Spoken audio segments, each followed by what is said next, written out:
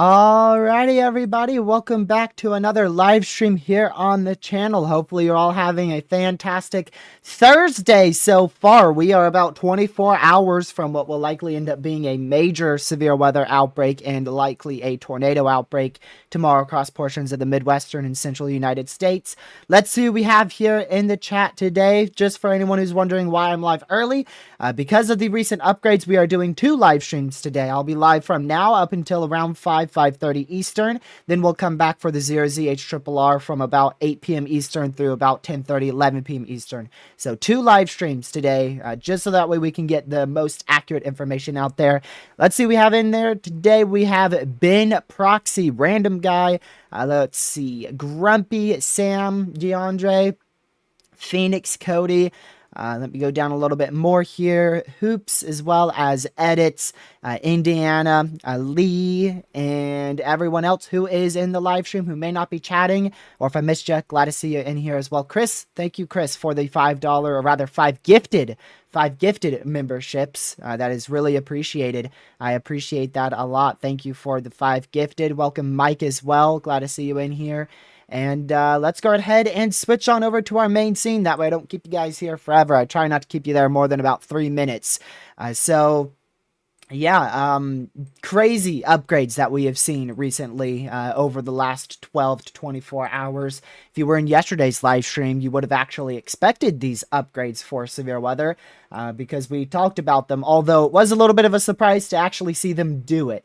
It's one thing to predict it, but most of the time, especially when we make very bold predictions like this, saying a day 3 moderate risk, could happen. Most of the time they end up being wrong, but this system's different. So in that case, we nailed it. We do indeed now have for tomorrow a moderate risk centered over the St. Louis metro area. That goes from east central Missouri, southeast Iowa, into central western Illinois. Most of Illinois actually included in that, especially central southwest Illinois, as well as northeastern Arkansas, northwestern Tennessee, western Kentucky, southeastern Missouri. Exactly where we thought this placement would be is exactly where they ended up placing that moderate risk for severe weather. We talked about it going all the way down into western Kentucky, then going back up through the St. Louis metro area. I mean, I imagine at some point in yesterday's live stream, I probably drew almost this exact moderate risk possibility for tomorrow. And we do have probabilities. Finally, we are close enough to talk about probabilities. We do have a 10 significant chance for strong tornadoes. I do believe we could see a 15 significant added somewhere generally in this area for tomorrow. I don't know exactly where, but somewhere in there I wouldn't be shocked with a 15 sig. And the wind threat is already a 45 significant chance for widespread 80-mile-an-hour winds, with winds as high as 90 to 100 miles per hour across that pink hatched area. I do not think this could go high. I did say that in the beginning of the live stream's chat, but then after doing some research, I would be shocked if it goes high risk. Why? Because how is it going to go high risk? When is the last time you've seen a 60 sig wind risk? I can't recall that before the time frame of like 2014. And this is definitely no high risk for tornadoes. Definitely nowhere even close to that type of qualification there. The only reason why I say a 15 sig tor is possible is because we could have some significant embedded tornadoes with this threat. So I do not think we will be seeing a high risk for tomorrow. However, the wind risk is going to still be extremely high end. Like I said, we're looking at widespread 80-mile-per-hour winds. We're also looking at quite a large area seeing significant damaging winds as high as 90 to 100 miles per hour. It is possible to get a 60 sig wind risk, but I can't recall one. The last derecho that had a high risk I can recall was for a 30 sig tor, and then it had a 45 sig wind. But I can't recall a 60 sig wind, so I highly doubt that will change tomorrow. It doesn't look like we'll see. I mean, I'd be blown away if we actually saw a 60 sig wind. Like I said, I don't ever recall that happening before 2014.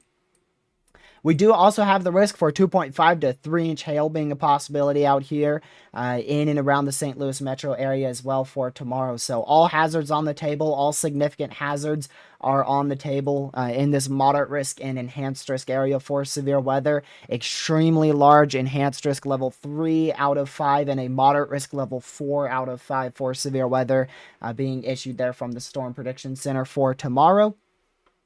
So definitely want to be hyper weather aware if you are in that orange, red area, and even into that yellow as well. But the highest chance for severe weather definitely in the orange and red regions for tomorrow. Then as we go into Saturday, we have a extremely rare Day 3 moderate risk for severe weather. This is as high end as the categorical risks go on the Day 3 outlook. This is a level 4 out of 5. They cannot issue a level 5 out of 5 3 days out. So this is as high as it gets in terms of a categorical risk on your Day 3 outlook, with a large 45 significant chance for overall severe weather in the Birmingham metro area, pointing to the southwest into the New Orleans and Baton Rouge metro regions in eastern Louisiana. So this is as high as it gets in terms of Day 3 outlooks, with that Day 3 moderate risk and very large Day 3 enhanced risk for severe weather over much of Dixie Alley into the Tennessee Valley and Midwestern United States there as well. This will most likely include the possibility for multiple long-tracked intense to violent tornadoes. There is a very high chance we end up with a high risk on Saturday. It is a very, very, very surreal possibility that we see a high risk. It's all probably going to end up coming down to morning convection, but even with morning convection potentially being a small issue, I still see a high risk for severe weather being a not only a possibility, but something that is actually needed. I actually see it being needed for Saturday. So this threat has me more worried. I'm going to be dead honest with you. This is the most worried I've ever been for a severe threat in my entire career of tracking weather. In the entire 5 years that I've tracked severe weather, I have never been this nervous for a severe weather threat. Not even on March 31st, 2023 was I this nervous for a severe threat for severe weather. The main reason for that is because I have family in that moderate risk for severe weather, so that's probably why I'm the most worried for it. And I do think they will probably be included into the high risk for severe weather. So I'm extremely worried for this area. I really hope something goes very wrong with the environment because it's just not an environment that we see in Dixie Alley that often with the parameter space we're going to be seeing. It's just going to be not something that you get often in Dixie Alley, quite often at all. It is a very, very high end parameter space for Saturday, and I'll go into why I think it's going to go high risk and exactly just how big the threat is for long track intense to violent tornadoes. Then we do go into Sunday, but not a lot of people are concerned for Sunday. It's just really a widespread wind bag of 60 to isolated up to 70 mph winds and a small tornado threat in eastern Virginia and eastern North Carolina. I don't really see much special in the mid-Atlantic area. Not really a threat that is like very sticking out for this time of year. It's not something that's really, really, really sticking out, in my opinion, for this area on Sunday. But I mean, Saturday, I mean, I've only tracked, I think I've only tracked 2 day 3 moderates before. One of those was a 45 sig tour in Dixie Alley that underperformed substantially back in 2021. I was not a professional back then. I barely even knew what radar was. I barely even was able to track it. So I didn't realize how high end a 45 sig tour was back then. And now we've got finally for the first time in 3-4 years, we've got a day 3 moderate risk on our hands here, which is if you didn't see my chat earlier, a day 3 moderate is more rare than a day 1 high risk. So very, very, very, very, very, very rare scenario. Not something you see often whatsoever in March. I know a lot of people are throwing around this is normal for March. Yes, it's normal to have severe weather threats and even an isolated chance for a moderate risk in March in Dixie Alley. That's not uncommon, but a parameter space like we're going to see here on Saturday, it's not as common as what some people are making it out to be. It's not as common as what some people are saying. I mean, we're looking at a once in about every 3 or a year or so parameter space in Dixie Alley, which is still, that's still somewhat common, that's still somewhat common, but just not something you see very often. And then for tomorrow, of course, we've got that moderate risk for damaging winds and probably going to end up being a moderate risk for tornadoes at some point. So I'm just severely and extremely worried for this day here. Very worried for Saturday. And again, I might have a bit of a bias towards that because I have family in that moderate risk and they will probably be inside the high risk if it ends up going high. So I got a little bit of a bias there on my part. So we'll see what happens as we get closer. Let's just keep our fingers crossed and hope that the environment downtrends ridiculously. But considering James Spann himself said the potential for multiple violent tornadoes, you got all these other very credible meteorologists talking about intense to violent long track tornadoes. It's not going to be a normal threat for severe weather. Like I said, it's not a parameter space that we see very often for Saturday. And to show you this parameter space, we'll look at the totally very trustworthy NAM3K model run. Everybody's favorite, very trustworthy model run. Totally not nicknamed the never accurate model run. So here we go. Well, before we get that, hold on. Pause. Matthew, thank you for the $10 donation. That is really appreciated. Hey, bud, just went to the store and I got 72 hours worth of energy drinks. I'm ready to go. Definitely want to go do that. If you guys don't have a good solid 48 to 72 hours worth of supplies, just in case your power goes out and you're in that enhanced moderate risk area for severe weather, today is the day to prepare. You don't want to wait until a severe tornado watch comes out. Prepare the day before. Prepare the day before, like Matthew's done. So that way you are ready to go for that greatest risk of severe weather before you even get under a watch or any type of warning. So for tomorrow, we will see rapid destabilization likely occur over portions of eastern Arkansas, southeast Missouri as that cold front comes through. The NAM has really uptrended on moisture, and you can see this very volatile environment favorable for very long-tracked, strong to intense tornadoes. However, There is a capping issue down here. If storms can't break through that lower level capping, that environment will not be used whatsoever, which is a obviously really, really good thing. So that's what we're going to be watching for, to see if that capping will be able to break in the evening and early overnight hours in this area. And if it does, mark my words, we will have a very notable long-tracked overnight tornado threat in this area. And currently, I think that is a low end scenario. Right now, I think that is a low probability scenario. I personally don't see us getting through that capping. You can see the NAM has some cells breaking through the cap, but by the time you get into the 3 a.m. time frame, that very volatile environment starts to go down, and then all of a sudden, we're not ending up with pretty much any of a solid threat for a strong tornado. So even if we do or don't see that cap break, we're going to have the opportunity for a strong tornado threat. But in order to see a long-tracked strong tornado threat, that cap is going to have to break, and multiple storms are going to have to be able to get through that, which I just personally don't think they're going to be able to. In my opinion, I don't feel like they'll be able to break through. And then you can see once we get after 11 p.m., boom, it starts to rapidly die out, and that environment gets very, very low wind by the time you get to the 3 a.m. time frame. But, I mean, you can see how large your favorable warm sector now is on the NAM3K. You've got a very large, very favorable area for damaging winds and spin-up tornadoes, including a spin-up strong tornado possibility. And that greatest area for all hazards, in my opinion, is going to be right over the St. Louis area because, once again, I feel like we're going to have that capping stop thunderstorms in Arkansas and Tennessee. So that's going to be the area that if I were chasing tomorrow, I would probably go just to the west-northwest of the St. Louis metro area. That's where I would end up going for tomorrow's risk if I were chasing. I would target like near Bowling Green in northeastern Missouri. That way I can quickly go north, south, or also west as well. Maybe even up here east of Macon, Missouri. Then watch what happens. Watch what happens overnight, 3 a.m., 4 a.m., 5 a.m. This is all in Eastern time right now. What I'm saying is Eastern. 5 a.m. Eastern, 6, 7, 8. Watch this. This is where it starts to destabilize. 9, 10. Not much change, but you can see it.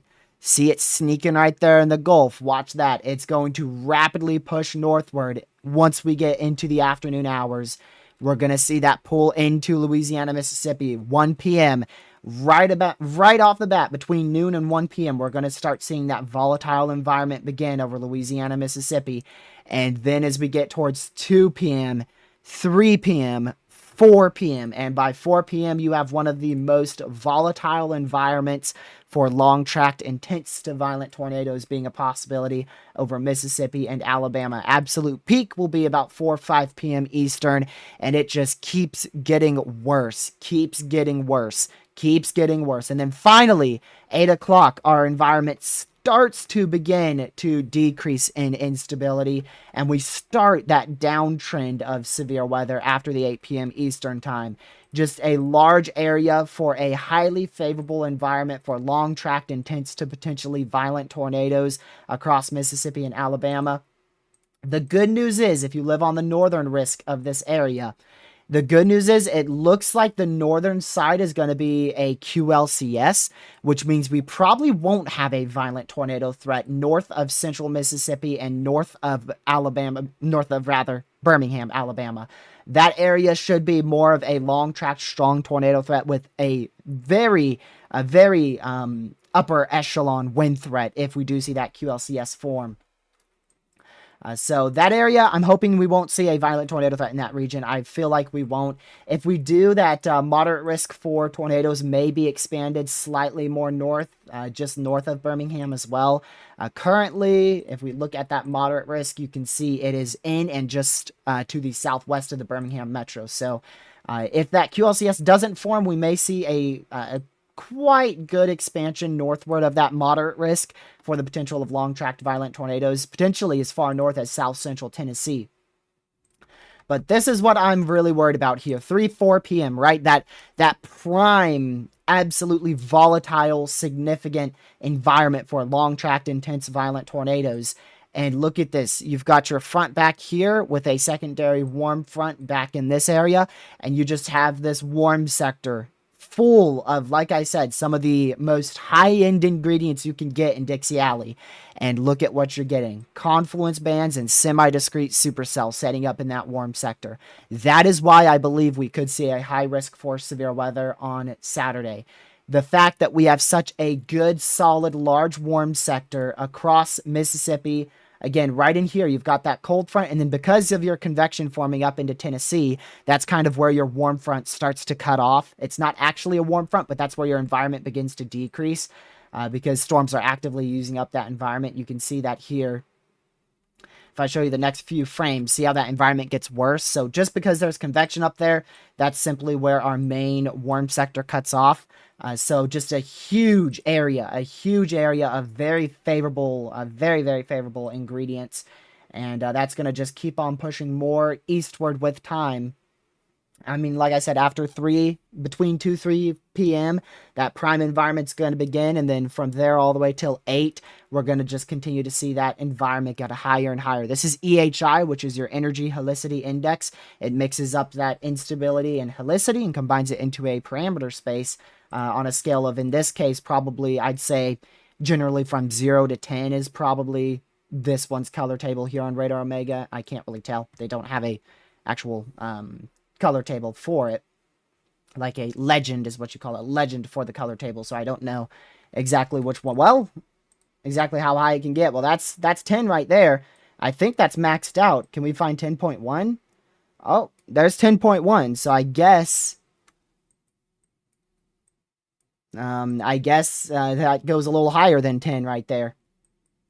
You can see it actually turns white. Yeah, right there. It was white for a second. I think that might be because of the interstate logo, though. Yeah, it is. All right, so that's just simply because of the interstate logo there. So that's, like I said, I'm thinking that area would be a little bit more linear. So I'm hoping we won't see that violent tornado threat that far north. I'm thinking that area will be a little bit more linear, which means a line of severe weather as opposed to discrete storms. But this area all in here, this area all in generally this region here, that's where you're going to get those confluence bands to set up, and we're going to see a widespread area for intense to potentially violent tornadoes. Right now, it looks like that absolute highest threat should be across west-southwest Alabama into southeastern Mississippi from generally centered over the Meriden area. That's where I'm thinking we will see the absolute highest threat for severe weather.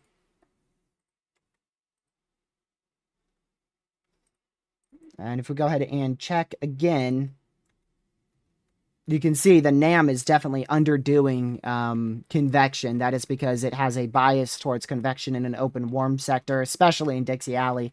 It either over-convects or under-convects, either one or the other. It's never perfect, especially out here in Dixie Alley. But just imagine all of these light rain showers that you see here are full-blown supercells. And that's what we're dealing with. Full-blown supercells in that open warm sector, all moving into a very volatile environment into central eastern Mississippi and central western Alabama. And they just stay in that environment for 4 hours, 3-4 hours. And then that cold front sweeps them through, and you're not done. You're not done there. No. No, you could get discrete storms continuing on that cold front throughout some of the night hours going into Alabama towards that 7-8 p.m. Central time frame, most likely. So you're looking at a large line of damaging winds, probably around 80 miles per hour as well, going up to the northeast there. And that's going to push up possibly as far north as southern Ohio. It didn't lag on my end. That's crazy.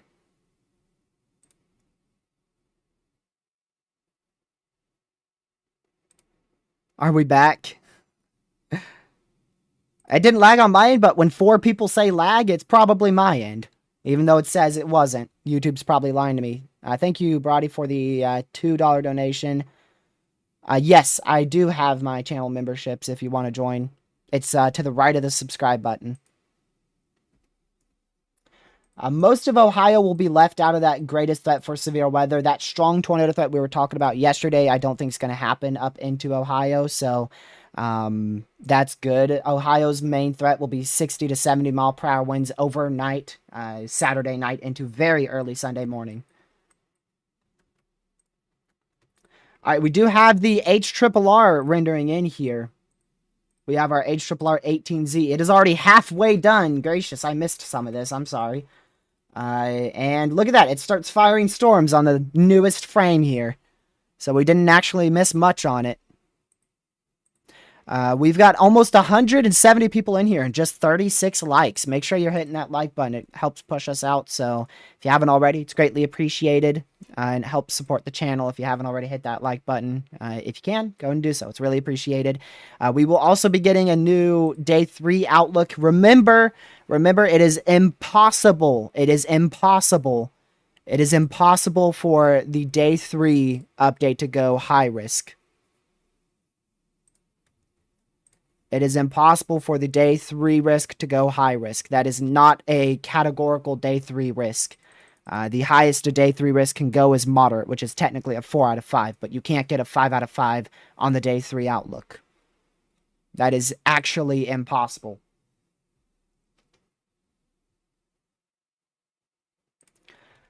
All right, so we're going to watch this render in here, and look at that. That's already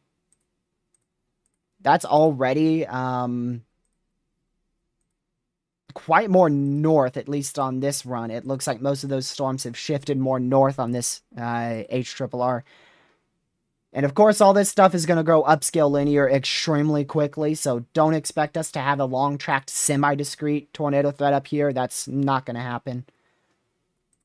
We may have a brief opportunity for a few tornadoes, maybe a isolated strong tornado when those storms first fire, but I don't believe we're going to have the best environment, as you can see here.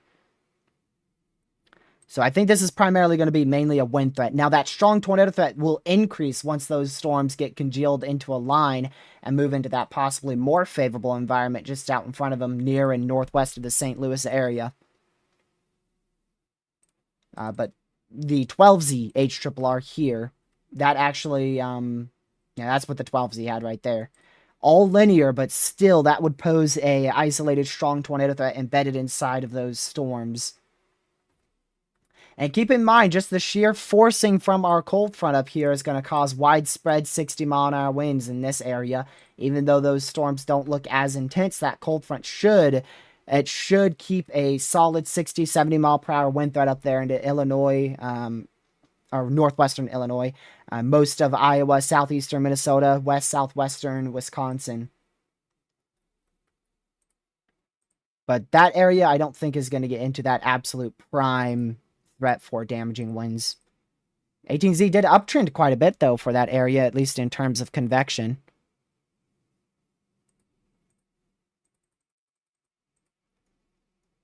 Let's see. Yeah, we do got the new SPC outlook coming out here within the next 15 minutes. It should be in 2 minutes, but I'd imagine they're going to be a little late, to be honest with you. They're probably going to end up being a little late.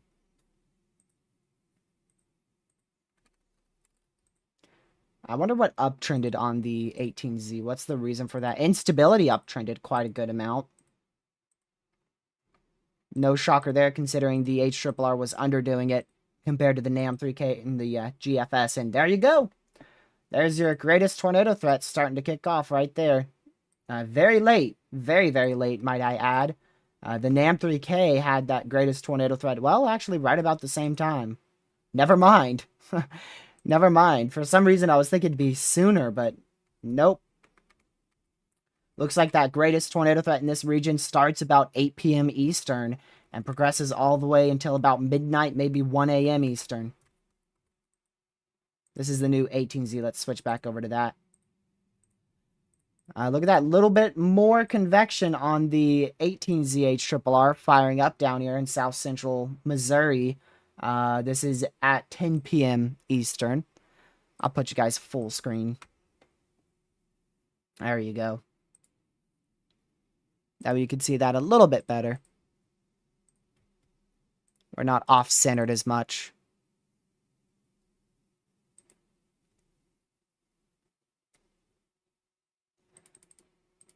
All right. New outlook for day 3 at any minute here.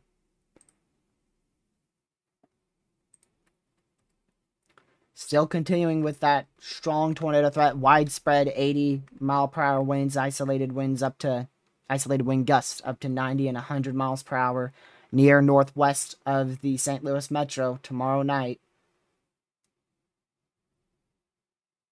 And you can see those little indents too, so if we did see those little indents, that would increase the opportunity for more of a long-tracked strong tornado threat, as opposed to a spin-up strong tornado threat.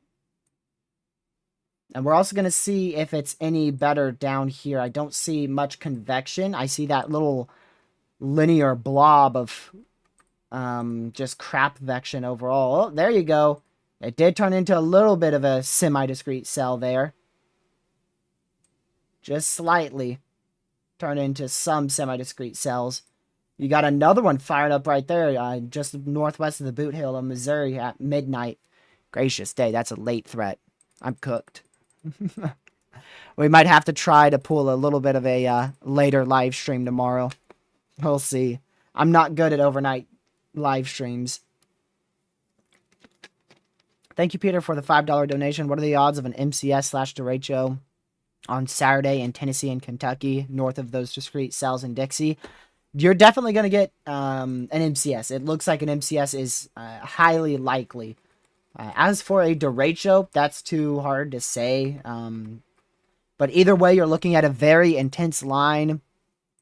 Let's go up more north. This is Saturday afternoon, or actually Saturday evening, 7 p.m. Eastern, 6 p.m. Central. And we're pretty confident in a significant line of damaging winds of 70, 80 miles per hour in that area, with the chance for multiple spin-up weak tornadoes and potentially a few spin-up strong tornadoes. And, oh, wow. Big northern push on that moderate. Oh, no. They've definitely made room for a high risk. That is for sure. Wow. Oh, my goodness. Where is my phone? Oh, why you gotta be way over there? I want to text my my family right away before they even know that the new outlook's out. Big northern extent. Huge, huge northern expansion of that northern and westward, too. It is now pushed up into northern Alabama. More like that. And it's also been pushed into western Louisiana even more. So quite a large expansion for a day 3 moderate there.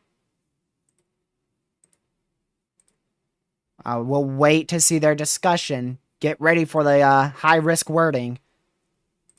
Probably. I'm being dead serious.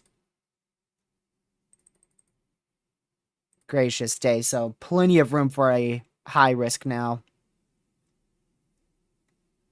There's a moderate risk for severe thunderstorms in eastern Louisiana, Mississippi, and Alabama.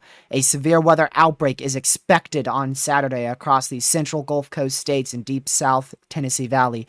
Numerous significant tornadoes on Saturday afternoon and evening, centered over eastern Louisiana, Mississippi, and Alabama. Widespread damaging wind swaths and scattered large hail are likely. A particularly volatile scenario for destructive severe weather remains evident during the afternoon and evening hours on Saturday, centered over the level 4 moderate risk region. Let's go down here some more. See if we can find anything else.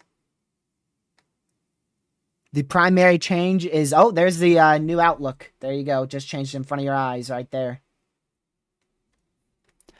The primary change is an expansion northward and westward into northern Alabama, as well as into eastern Louisiana. Gracious day. Let's see here. Lower level wind shear will strengthen during the afternoon and evening hours, setting the stage for a severe weather outbreak, including significant tornadoes, damaging wind gusts, and large hail. A pronounced drop off in severe weather may be realized with northward extent across the Tennessee Valley as an emerging band or highly organized line outpaces the rich Gulf air. Despite instability with eastward extent into Georgia and South Carolina, the intense wind fields will be sustained into the overnight hours. Damaging winds and embedded tornado potential will continue well into the overnight hours. And there's our old outlook. Let me get my phone really quick. Give me just a second.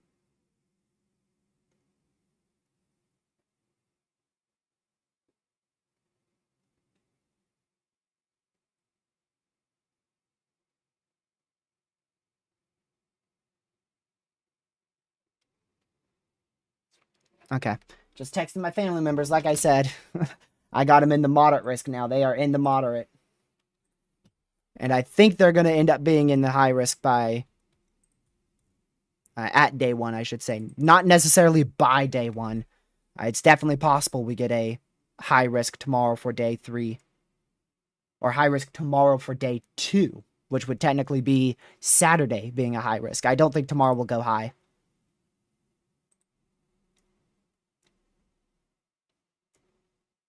There's your new outlook again.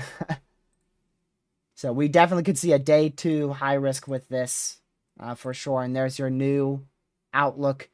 That 45 sig risk goes more into Alabama and more into Louisiana now.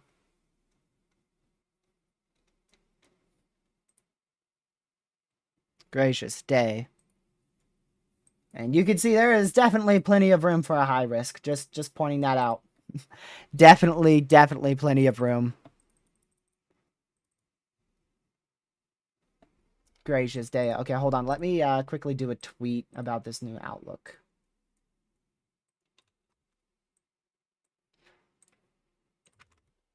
Let's see here.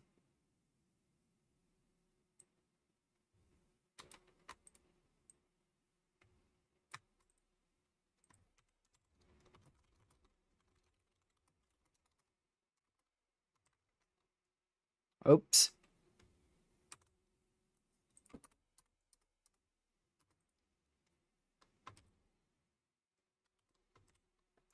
Keep doing that. And now I got to go find where they had that volatile wording.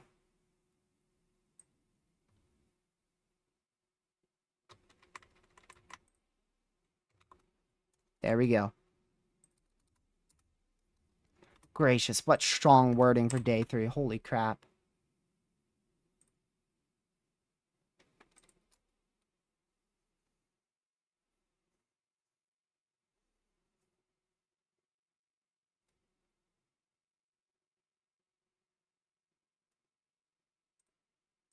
Okay. Actually, I could just Control-C, Control-V all of this. I just realized that. Yeah!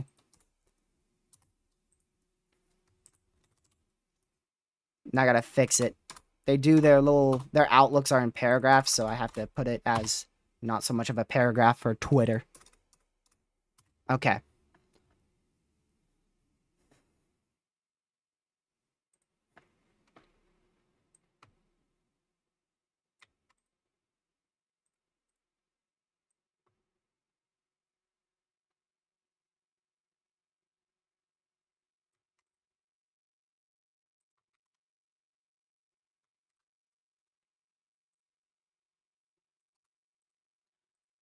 Jeez.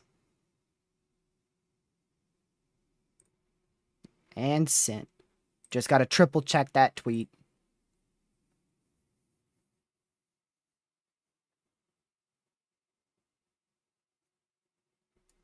There you go.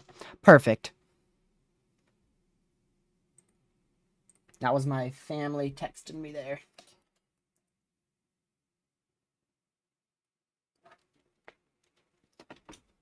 Alright, so once again, we're going to be keeping an eye on the SPC outlooks over the next coming days, obviously, as they will update very frequently. This was the last update from the SPC for today. Their next update will be tomorrow morning, very early in the morning. I forgot exactly when. But there you go. There's your new moderate risk for severe weather centered over Alabama, Mississippi, and Louisiana. Almost a guaranteed high risk at this point. To be honest with you, straight up, almost a guaranteed high risk at this point over Mississippi and Alabama for Saturday. Even if we do not see a high risk, we're still looking at the possibility for multiple long-tracked, intense to potentially violent tornadoes across that entire moderate risk area as we go into all day Saturday. From 12Z Saturday morning, which is near 7 a.m., all the way till 12Z Sunday morning. The entire time frame. We'll be looking at strong tornadoes being a possibility. Full 24 hours. And actually more than that because we have a strong tornado threat tomorrow. So really, we're going to have a good solid 36 some hours where we have the chance for strong tornadoes.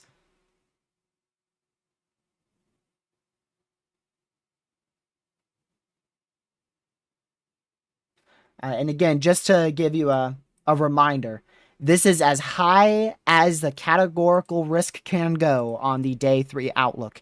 You cannot see a day 3 high risk. It is impossible. It is actually impossible. It is not something they've ever issued before, and it is actually not something they will ever issue. So this is as high as it gets for a day 3 outlook. And especially with that extremely ridiculous wording there, particularly saying a volatile, what was it? I have it pulled up on this. I can't find it here because of how radar mega out. They put it like this. It's not as organized as the SPC. Thank you, SPC. A particularly volatile scenario for destructive severe weather remains evident during the afternoon to evening hours on Saturday, centered on the level 4 moderate risk region.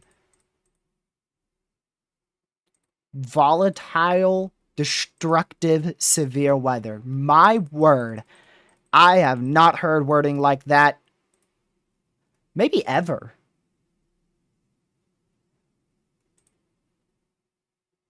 I'm trying to think. I know I've seen wording like that back on Super Outbreak days in the past, but I'm trying to think of like the last 5 years that I've personally tracked. I didn't professionally start tracking with all these softwares and everything until 2023.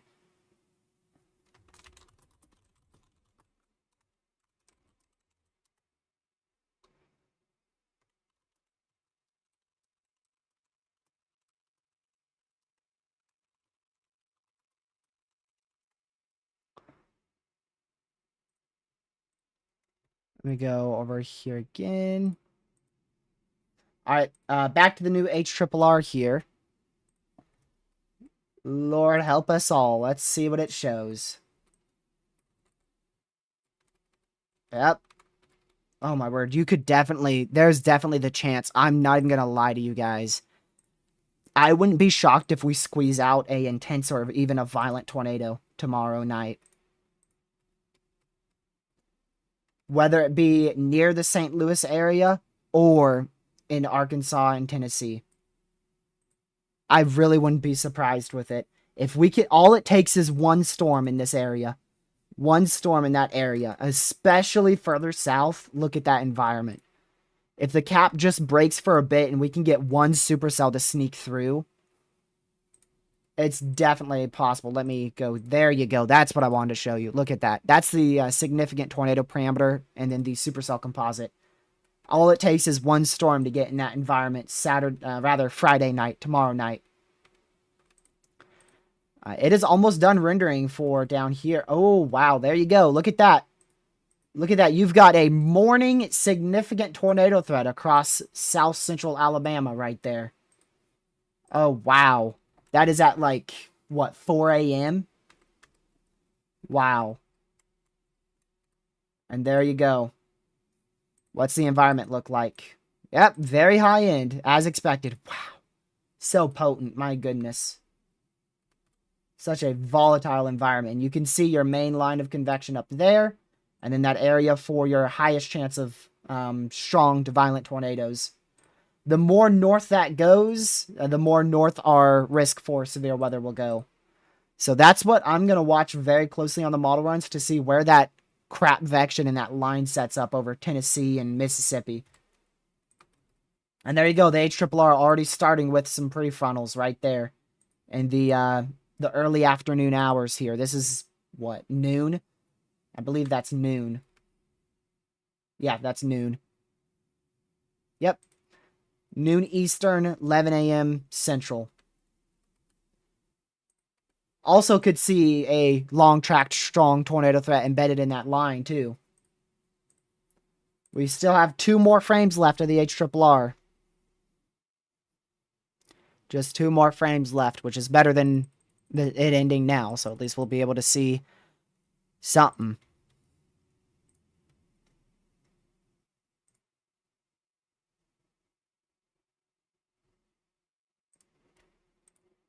Gracious day. Ooh, wow, there it is. Little bit messy. Little bit messy. Oh my goodness.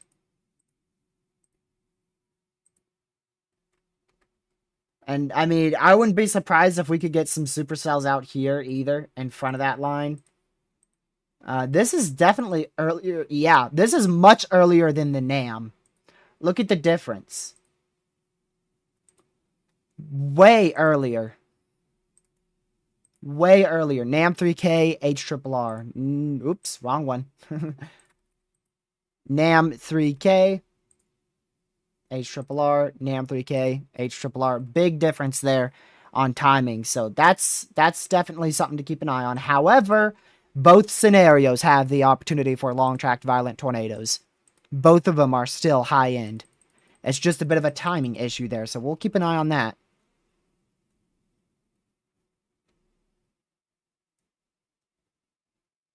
So,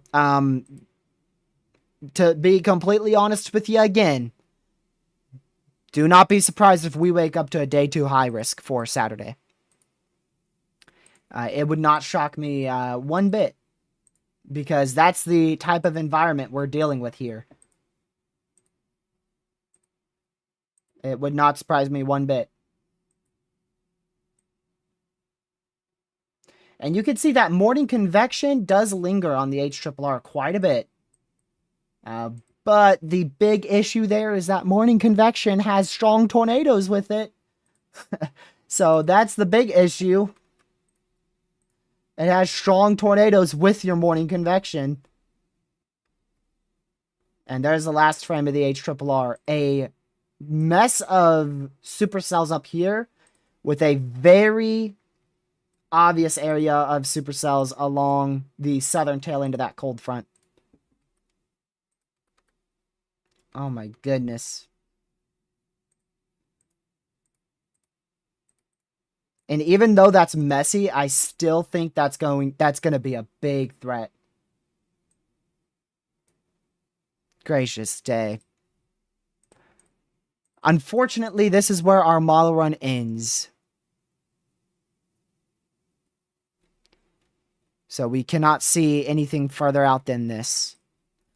Which is why we are doing a second live stream tonight to look at the 00ZHRRR, which will go out 6 more hours than this. So if you want to look at the newest information, make sure you tune into our live stream at 8 p.m. Eastern. We'll watch that HRRR render in. It may be a little later than 8 because the HRRR begins rendering at 8:50 p.m. and then finishes near 9:50, 10 p.m. Eastern. But we'll go live right around that 8 p.m. Eastern time frame tonight. And of course, if you haven't already, make sure you hit the like button on this live stream. It helps spread the word about severe weather. Share this stream with your family, friends, social media. And if you want to tune to our coverage of this, most likely, let's be straightforward, probably a borderline historic tornado outbreak on Saturday. Make sure you hit that subscribe button with a notification bell set to all so you do know when I go live on Saturday. We'll see how it pans out because it's going to be...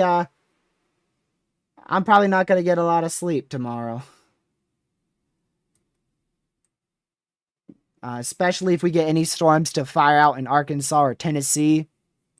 And then we'll have to track those into the overnight hours. And then by the time we're done tracking those, we'll get right back on into Saturday's threat. So we'll see.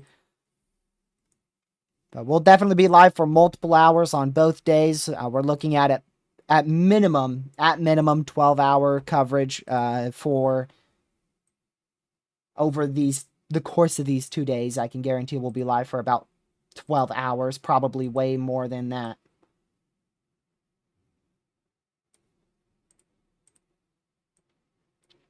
That would just be insane if that happened. Gracious day. That is just insane. Like I said, still a little messy, but I wouldn't be shocked if that messiness downtrends tomorrow or tonight even.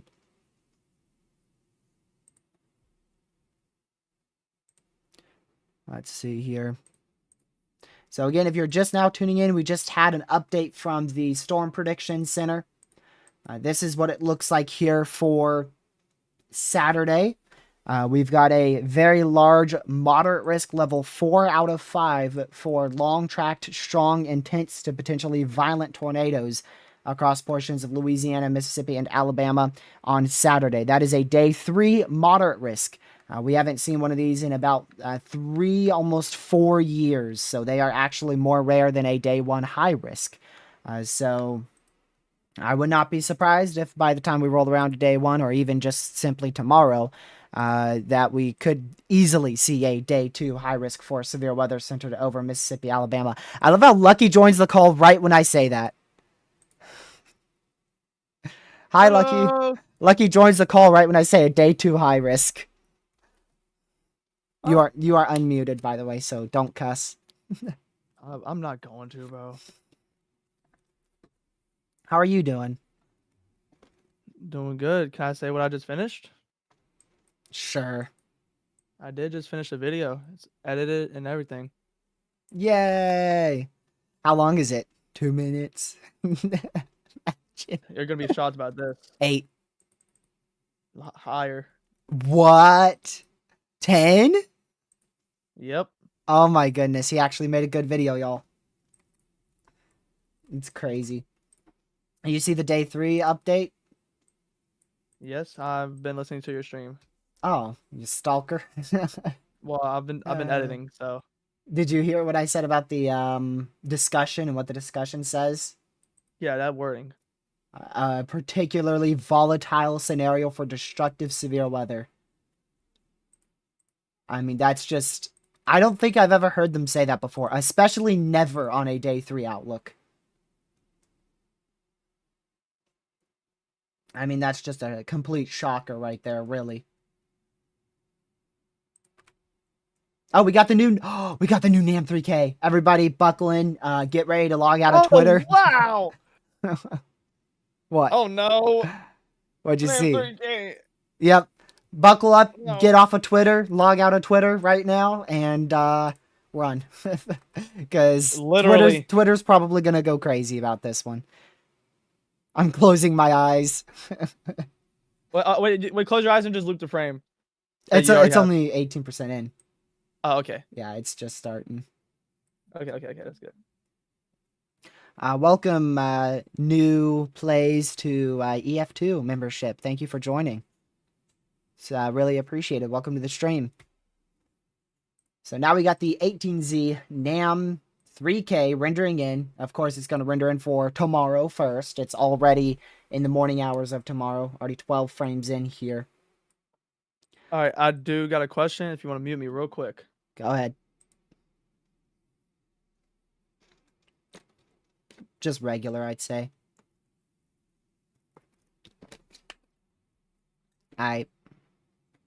I know you do. At least be here for this, live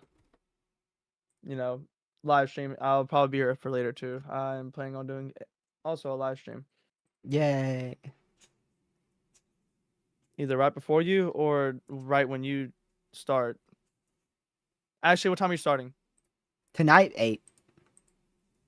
All right. Yeah. I'll do it whenever you start. I'll just stream also. Oh, also, guys, forgot to mention this. We do have a extremely rare Central U.S. Day 2 extreme risk for wildfires. I know, not something you've probably heard Um, too much about with the severe weather, but this is the furthest southeast extreme risk we've seen in the month of March. And it is on their Day 2 outlook. So, um, multiple wildfires that will most likely end up spreading rapidly will be possible across Texas, Oklahoma, and Kansas.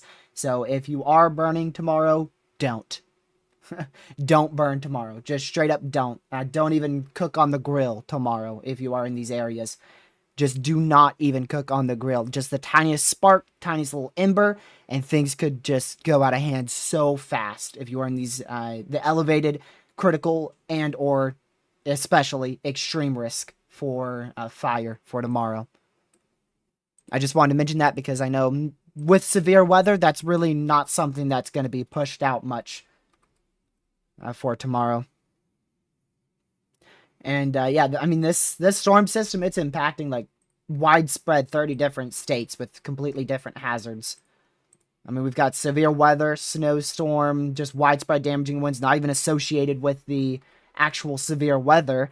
Wildfire risk, flooding, and then of course the severe weather on Saturday and Sunday as well. So just a lot of hazards with this one system. And I'm not shocked because that's what happens when you get a near historic low pressure in the month of March. I do think hey, this is kind of downtrended on the strength of the low. It's at 975. Before we were kind of thinking closer to a 968 or so on some models, but still 975. That is a extremely strong low pressure for this time of year, or really for got just a about any time of year. question. Yep, Mute me again, bruh. Go ahead. cause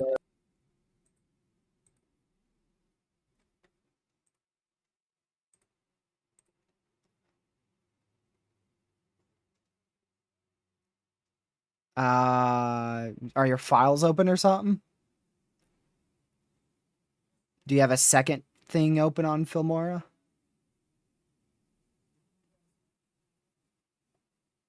Well, it will be. Yeah. Especially if you didn't save it in the middle of the project.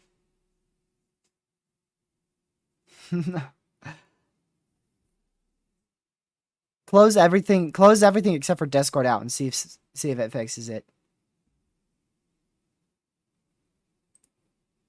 Lucky with the computer issues per usual. That has never happened to me before, so it's got to be something you have open. Oh, there you go. That's it. That's it. That's it. You're good. There you go. Ta-da! Just fixed it for Lucky. I'm so good. That's all it was right there. I knew it was something. Something that you had open, because that doesn't happen to me. Is that what you needed?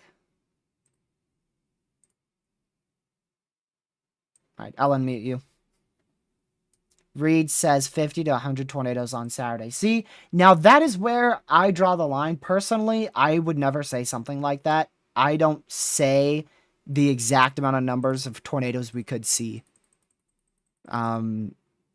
It's Reed Timmer, so yeah, he's number one in my book for nationwide meteorologist. But that's just not something I personally would say.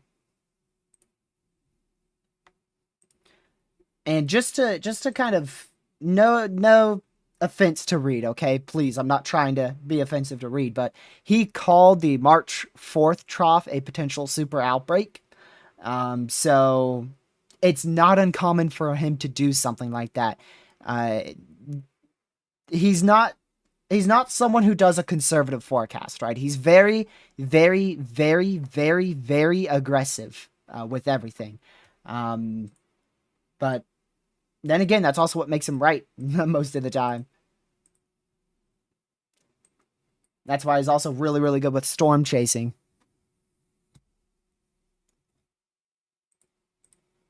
All right, we are at, what is this, 8 p.m. Eastern, Friday morning, which is tomorrow morning. Again, I'll reiterate that. Definitely no hate towards Reed. Don't take it that way.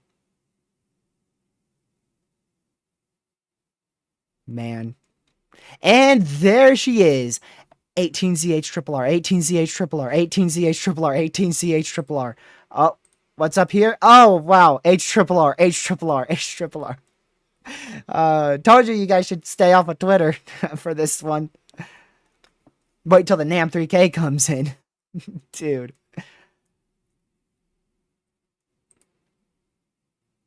I'll Whoa, add. whoa, whoa. What'd you do? Stop. Whoa. Wait. Wait. Wait. Wait. Wait. Wait. Wait. Wait. Wait. Wait. Wait. Wait. Wait. Wait. This dude. No. I don't know what's happening. He broke it again, chat. He broke it again. Why No, it's can't you not just enough. edit your video like a normal human being? No, I did, but it only. Yeah, you didn't cancel that. It makes two of them. I forgot. You haven't made a video in 10 years, so you probably forgot about that. It's actually been 10 months. I might have over-exaggerated a little. I got it. We're chilling. We're chilling. I got it. I fixed it. Feels like 10 years. Exactly, Ben. Literally just what I said right there. What did he say? He said it feels like 10 years since your last video. Oh yeah, I don't blame. Yeah, I don't blame it. I know it has. My Alright, yearly video. I'm kidding. we're getting there. We're getting close on the NAM 3K. We're up to about noon. This is actually noon tomorrow. Lucky's PC rip. Poor dude abuses his computer. I don't actually chat. Poor PC, man. We need to rescue it. Yes. This Sorry. dude had like 6-month-old drivers on his computer. I'm like, I- Lucky, you want to know why the thing's slow? There you go. Why things slowed? There you go. Aw, I'm so funny. You are too lucky. Run. I'm not. I really am not. No, you're not. That was a joke. I know. I know. I'm really annoying. Alright, here's the normal NAM model, and there you go. Already. How are we up to over 2,000 instability in Illinois and Iowa? What is the NAM on, man? I think the NAM needs to just be like discontinued here. Because what is it doing? 2,000 instability? That is not going to happen. Just the other day, we were talking about 500 instability up here, not 2,000. They're going to get rid of all of our good model runs, and we're going to be stuck using just the NAM model. There won't even be an HRRR anymore. Did you see my DM? That RRFSA model run, I think it's coming back sometime this month. The experimental run. Oh, they just extended the day 2 extreme risk for fire. I didn't know that updated. Literally now, so there you go. There's your new update for tomorrow's extreme fire risk. They've pushed that up to the northeast now, and they've added an ISO drive, which I believe that means actually thunderstorms possible inside that fire risk. And dry thunder, I believe, is what it's called. Dry lightning, is that what it's called? I think it's dry lightning. I think it's called dry lightning. I'm not big on fire, so I apologize. That's not something I track very often. Although I've tracked it a lot more. I've tracked it a lot more in the last 4 months than compared to the other 5 years that I've been tracking.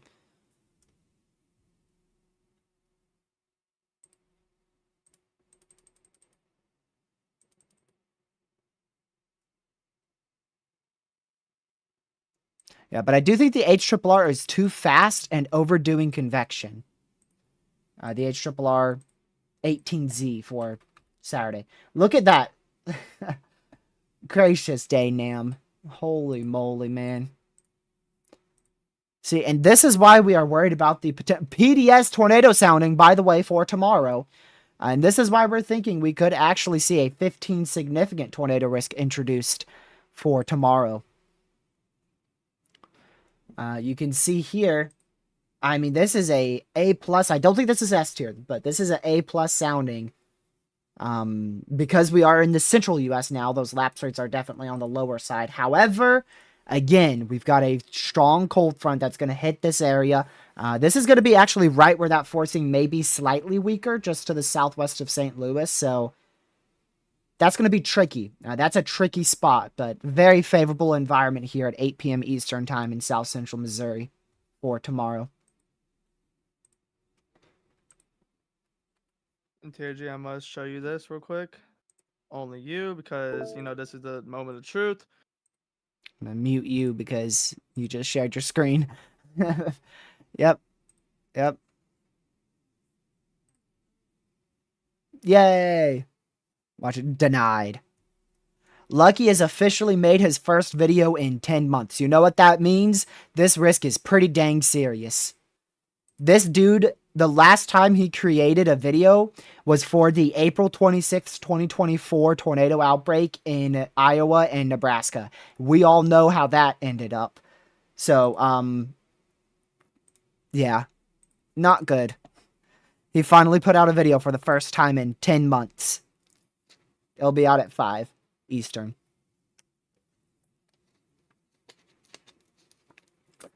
We'll see. We'll see how your streak verifies, Lucky. See if you can go 2 for 2. Hopefully not. What? What? For Yeah, high-end weather days. I hope you don't go for 2 for 2 here. There's Lucky right there. So click on his name, go subscribe to him. Why not? He's probably the most inaccurate weatherman out there. What? Anyways, dude. yeah. So I gotta go. I will call you as soon as I get home. All right. This will be like 5, probably when my video comes out. Okay. I may still be live at that time. All right. I'm not too sure. All right. Thanks for joining for like 20 minutes, though. Yeah, of course, of course. Say bye to All right, chat. I will see you either in the next hour or tonight. Yay. Yes. You guys will definitely hear from him again. Oh yeah. Unless he breaks a tooth or something. No, let's not do that, please. I will stream, Ben. I will stream. All right. I got the NAM 3K rendering in here. It's almost there. Alrighty. Storms have fired. All right. I'll talk to you later. Alrighty. See you, man. See you later, brother. See you later, brother. There he goes. He'll be back tonight when we're live at 8. And there you go. Wow. Big uptrend on the 18Z NAM 3K, and I'm not surprised. It's finally getting a hold of our derecho potential. Gracious day. And this is, by the way, this is for 7 p.m. Eastern time tomorrow evening. Tomorrow evening. If you scroll up a bit, Lucky just chatted. He's a mod, Lucky's Weather. You could scroll up a bit and chat and find his name. He chatted like literally 2 minutes ago. Yeah, this isn't technically an uptrend, to be honest with you, because this is what we were expecting, right? We just knew right off the bat, we knew that earlier today I was telling you that the NAM was underdoing the strength of these storms, right? Literally towards the start of the live stream, you could go look. I said the NAM 3K is underdoing the strength of these storms because the cold front's forcing will be enough to promote winds even with the weaker storms. And now, that's what it's picked up on. Now that's what it's picked up on.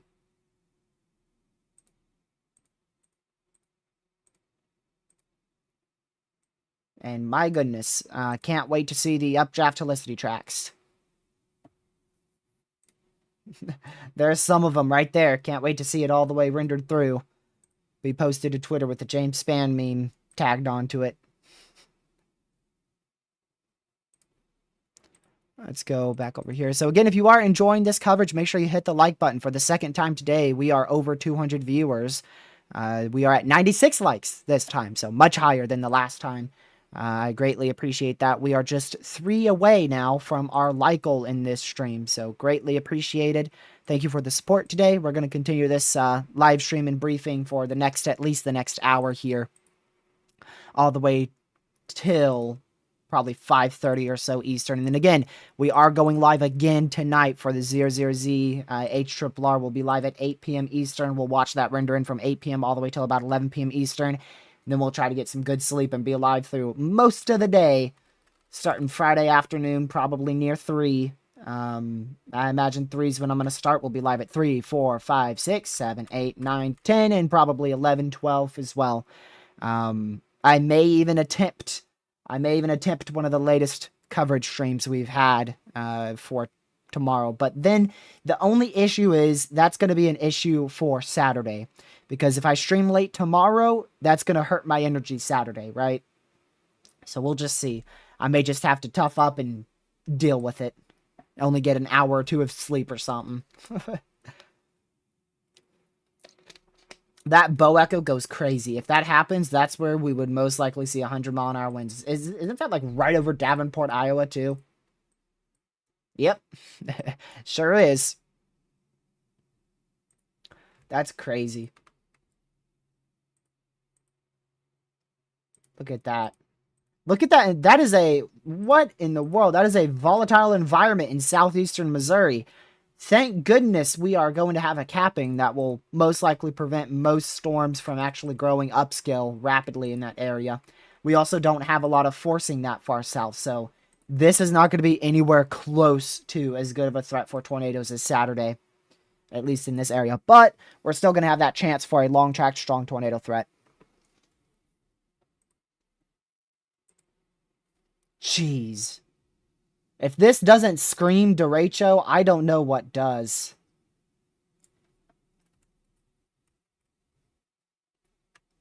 My goodness. If we don't get a PDS tornado watch tomorrow, we will probably see a PDS severe thunderstorm watch. But I would say we're probably going to end up with a very extremely high-end tornado watch for tomorrow, with probably both high probabilities for wind.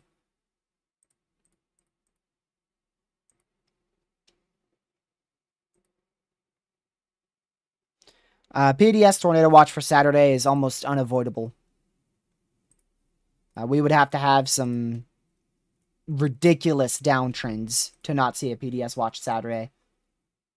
I'm being dead serious too, by the way. And then for tomorrow, like I said, I think what's most likely is an extremely high-end tornado watch that is barely below PDS limit. That's what I'm thinking. I think it will barely below PDS tornado watch limit for tomorrow.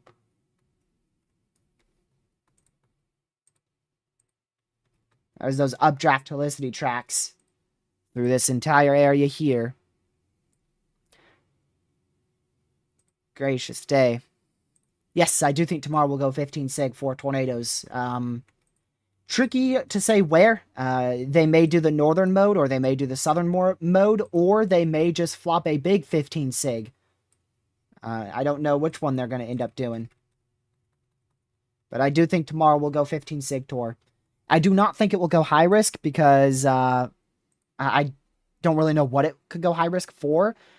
Sure, you could see a 60 sig wind, but I don't think we've ever seen that since before 2014.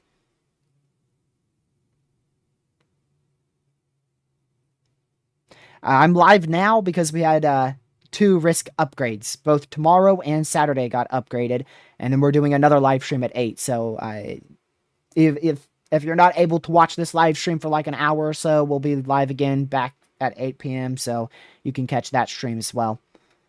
I know some people aren't going to be able to be in a stream at 8 p.m. Eastern, or you may have something else planned. So I wanted to do 2 streams for y'all.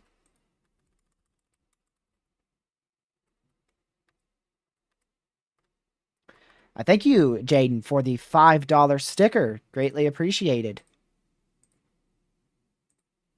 Thank you. I greatly appreciate that. I'm not gonna guess on tornado probs for Saturday until tomorrow or day of. I'm not gonna guess on the actual pinpoint probabilities.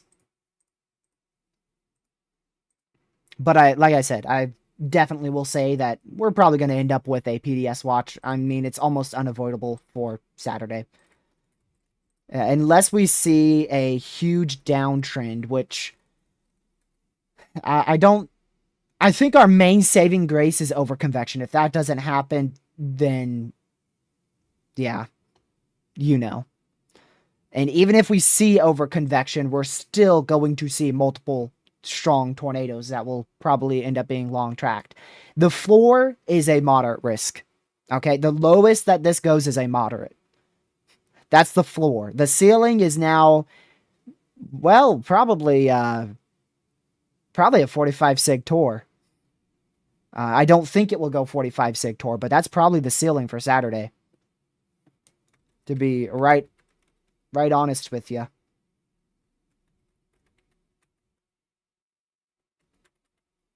Do I think it will go 45 sig tour? No. No, I don't. But I gotta be honest, I don't want to lie to you. I ain't gonna lie to you.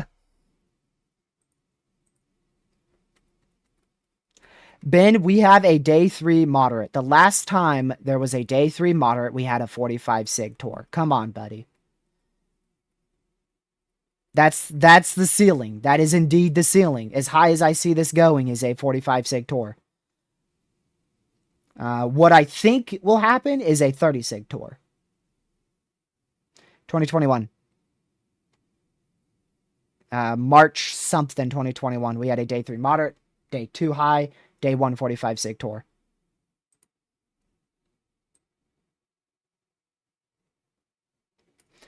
All right. That looks to be it for this area. You can see it keeps everything too over convected in this area overnight, so we don't end up with a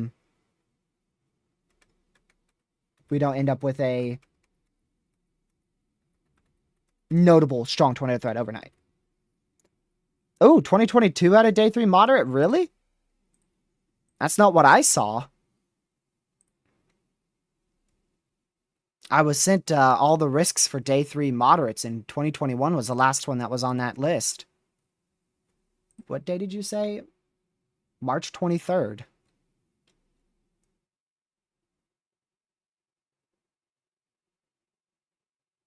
Oh, that's May. Stupid me.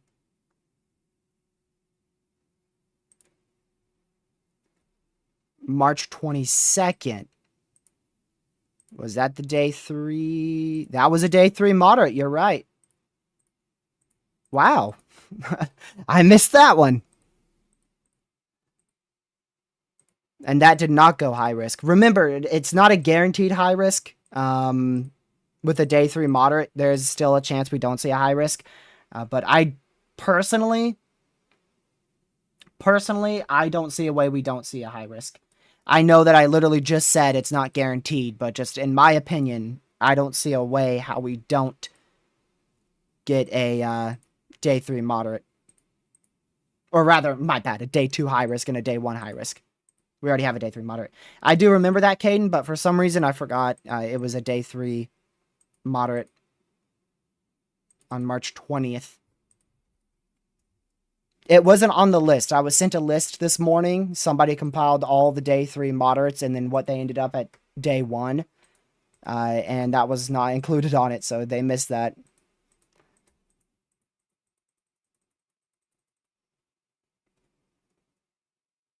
I apologize. I'm not exactly going to remember something from 3 years ago. And definitely not from that time frame. I can tell you that. I remember nothing from the year 2022. My brain has locked out that full year of memories for a specific reason. I don't remember a single day of that year.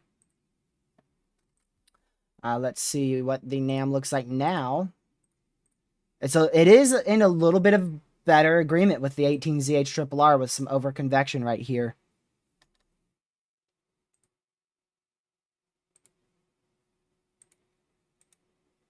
But that's not going to affect a thing because look, it's not in the primary warm sector. If that overconvection was in central Mississippi, that would be an underperformance factor. And it's just not. It's too far east. Yep, exactly, Caden. Exactly. Exactly. I go from 2021 to March 31st. I just skip all of 22. 2022 just wasn't in my brain. Period. It's just not there anymore. Like I said, my brain just locked out all those memories. Then I remember like everything in 2024. Even to this day, I'll go back on my live streams and just I'll be in awe of how much I covered and how much severe weather there was. Honestly, yeah, I do remember Rolling Fork, yeah. Yes, Rolling Fork, which wasn't that very close to March 31st, right? Unless I'm that bad at memories.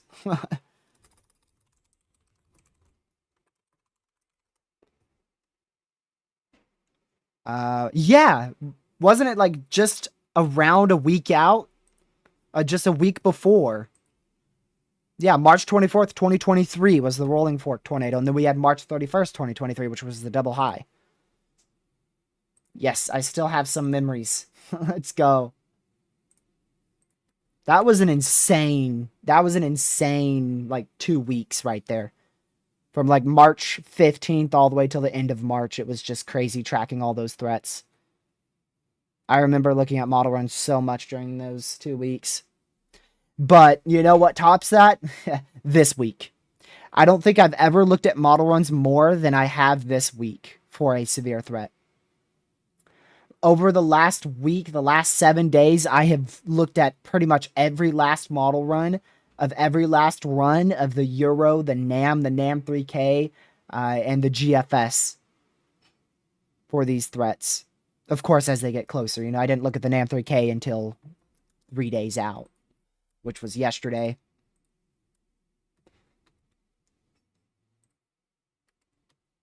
Yep, the normal NAM is indeed out. Wow, there you go. Shocker. It shows a volatile environment still.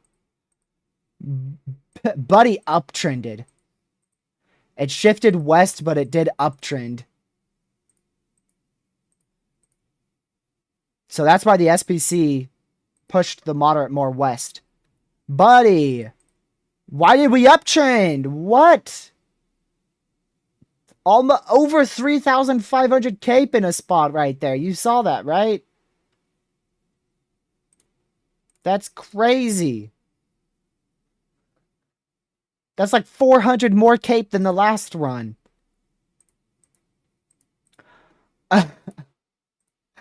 Dude, that STP is crazy.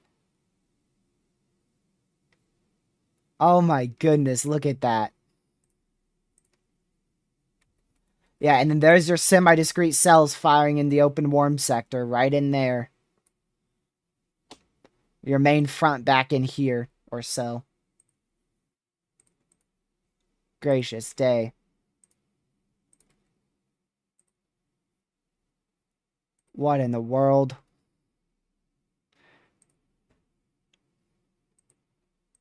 I'm not too sure if you can properly call that an uptrend because it's the 18Z NAM. That's like one of the most inaccurate model runs we have. So I'm not sure if you can actually count that as an uptrend. Like I said, it's like literally one of the worst models out there. 18Z NAM.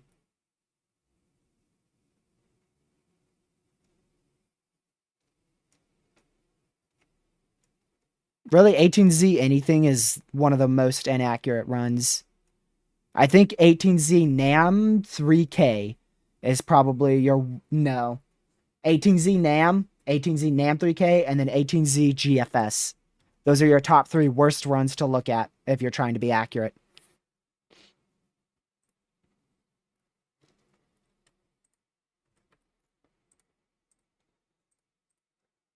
Look at that lower level jet uptrending and pushing west as well. That sucker is cranking. Your main warm sector has a 60 plus knot lower level jet. Oh, well, actually some of it gets as low as 53. But a good amount of it is 60 plus. Even it's almost up to 80 in some areas. Hello, Pete. Welcome to the stream. Glad to see you in here again. We're looking at all these model runs render in. I decided to go live early because we got a lot more data in, and I wanted to watch it all render in, as well as, like I mentioned, we had that new day 3 out. Is that a winter storm watch? Wow. Wind gust as high as 60 miles per hour. Let's go a little south. Is that more wind gust? Nope. It's high as 60. Surprised I didn't mention anything higher than that.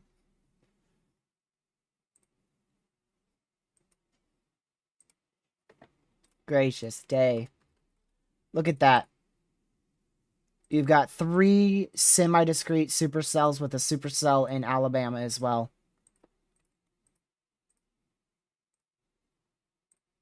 There's your lower level jet. 500 millibar. Gracious day. NAM 3K. New NAM 3K here. See what it shows. That is definitely an uptrend. Look how much more northwest that warm sector or that overconvection is. It keeps going back to the last frame. Well, it looks like the west side has pushed a little bit more west, and that north side is generally the same. But huge warm sector there with just a bunch of confluence bands and semi-discrete supercells that would end up forming at 4 p.m. Saturday afternoon. Very volatile environment. Holy crap. Jeez.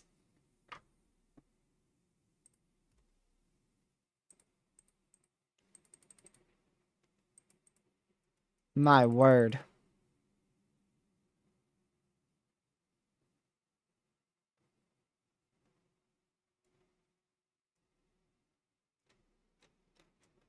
Let's see if there's anything useful on Twitter.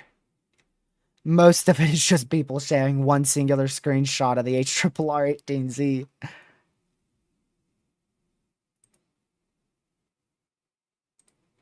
I'm definitely not staying up for the day 2 outlook.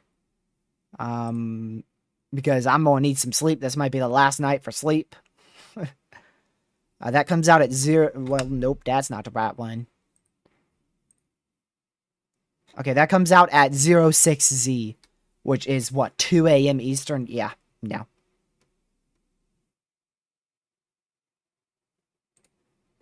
I will not be up at that time.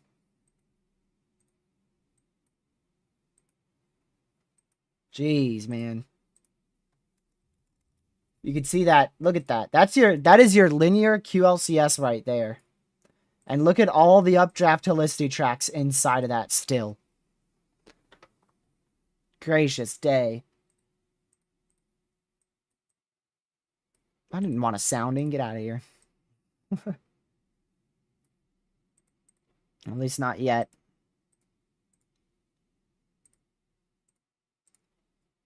Alright, that's your reflectivity. Let's go back to the NAM. Normal NAM, not the NAM 3K.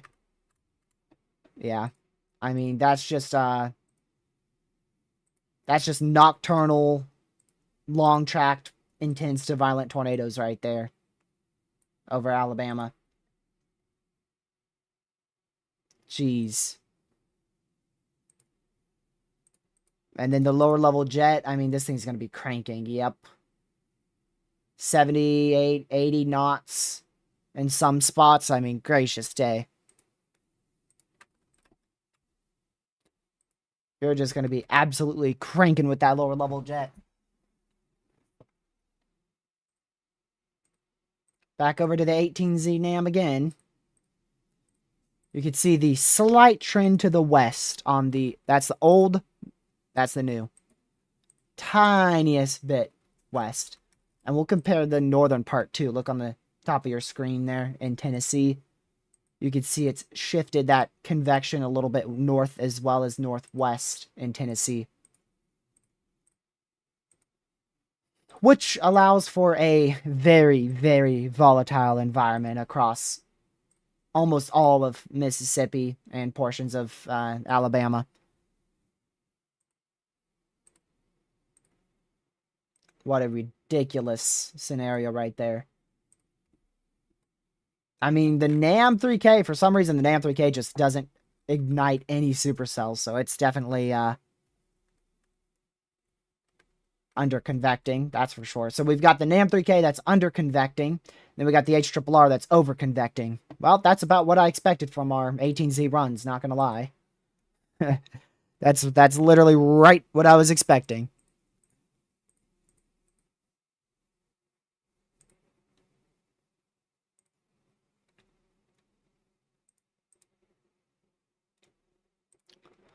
Once again, we'll be live again at 8 p.m. Eastern tonight for the 00Z runs. So if you haven't already, make sure you hit that subscribe button with a notification bell set to all. It's greatly appreciated. And that's what I'm going to save soundings for. We'll look at soundings sometime before all those model runs probably render in later tonight. We'll look at 18Z soundings late tonight. Most likely. I probably wouldn't save soundings for 00Z data because that's going to take so long to render in.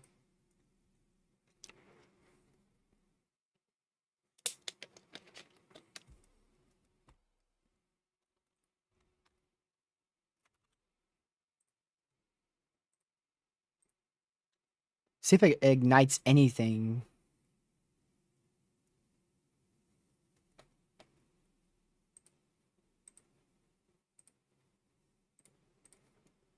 It's just got that under convection biased like crazy. Let's go up here. Yeah, some elevated thunderstorms here near Russellville. Northwestern Alabama. Oh, wow. How is that not tornado warned? Yeah, we got the potential for a spin-up tornado out here in southwestern Georgia right now. Is that inside the 2%? Barely. Let's go take our analysis radar down there. Bet you didn't know I had that open. I had that open just in case.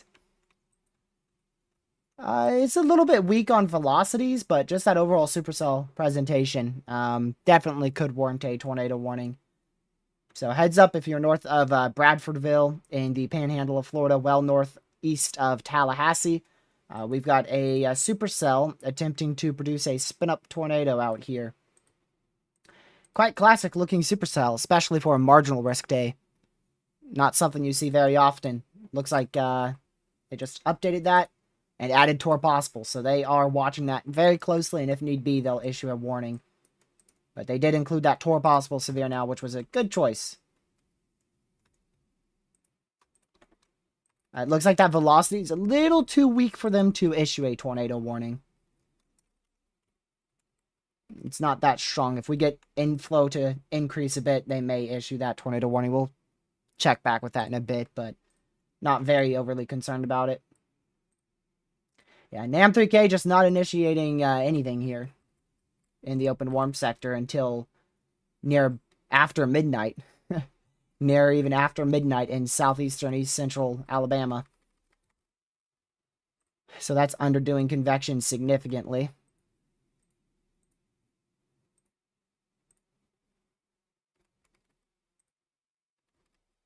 Be very interesting to see what the 0Z data has tonight, and especially the 12Z tomorrow.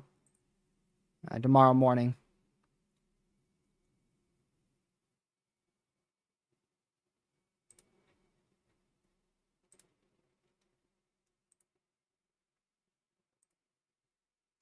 We're going to keep waiting for this to finish rendering in here. Yeah, that tornado threat thankfully rapidly decreases after about like 2 a.m. or so. But it's definitely going to be also an overnight nocturnal threat. So, I mean, you you start getting storms at 7 a.m. and then from 7 a.m. all the way until 2 a.m. you're dealing with the potential for long track strong tornadoes.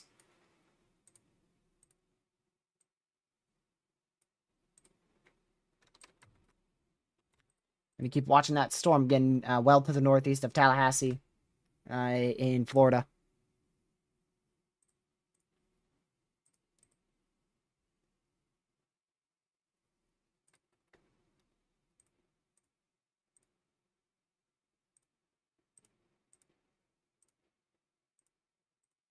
Yeah, it's definitely way too fast. The new HRRR is way too fast with the line and convection.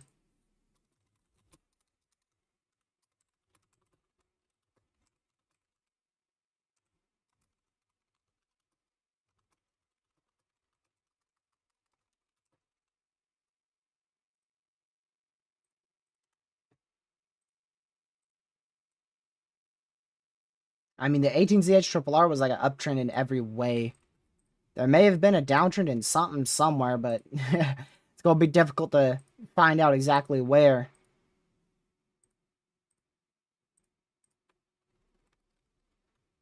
Tell me if you guys find a downtrend anywhere in the 18Z HRRR.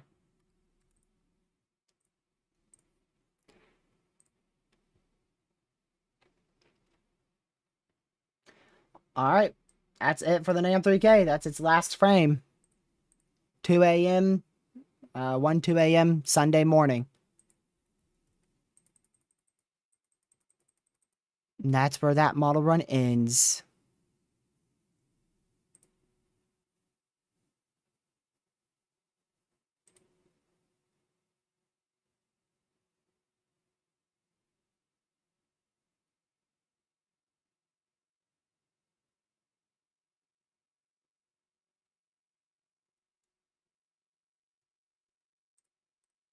Go back over there.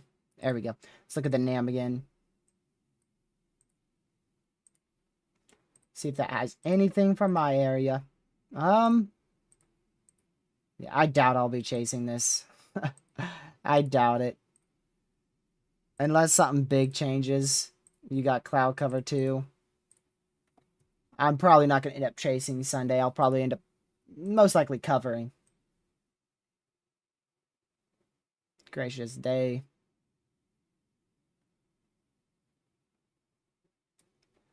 What a setup, man.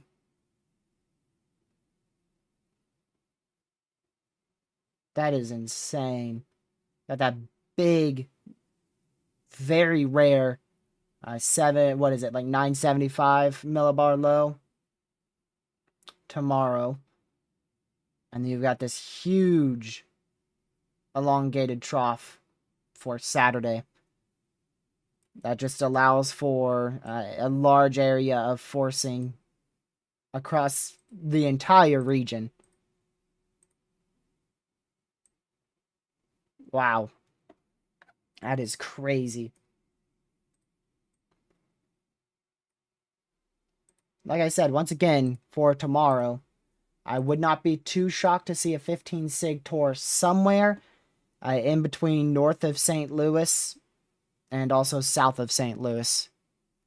Somewhere in that area, I wouldn't be shocked to see a 15 sig tour introduced. And that hook looks like it did occlude, so that's good. Yep, you can see that hook went right back up into the base of the supercell, so probably won't be much more of a tornado threat for any longer there. Let's go back over to our SPC outlook here. Get rid of that drawing. There you go. So, like I said, if we do see a 15 sig tour, the thing is, I have no idea what their confidence looks like. But there's your full 10 sig tornado risk. If we see a moderate for tornadoes, there's a chance it would be for just the northern side of your risk for severe weather, or just your southern side. And then there's a chance that they do just one big 15 sig across generally that area. Or it may end up being too conditional of a strong tornado threat, and maybe they don't end up upgrading that tornado threat at all. Go back to the NAM 3K. Yep, there's your likely derecho. Start tomorrow out there, southeast Kansas, southwest Missouri, around 4 or 5 p.m. Eastern, and really intensify around 7 p.m. Eastern time. Then move through that moderate risk area. 11 p.m., midnight, then 1 a.m. That's, well, nope, 2 a.m., 3 a.m., 4 a.m. there. It stops at 4 a.m. I thought our model run wasn't going to go out any more than like 1 a.m. It takes a while to render in here on Radar Omega. 18Z is in on Radar Omega. You ready? Here comes the Supercell jump scare.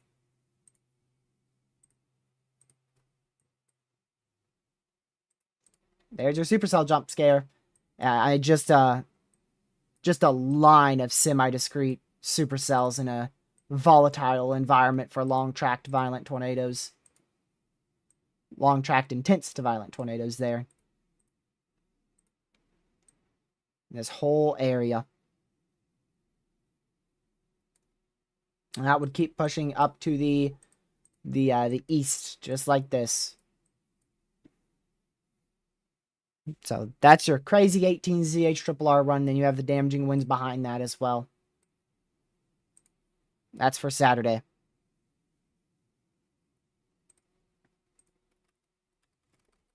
I mean, they grow up scale very quickly. In 1 hour, they go from bean cells to supercells, 1 to 2. Also, keep in mind the HRRR is way too fast with the overall storm, so it gets through the favorable environment too quickly. It wouldn't be this fast.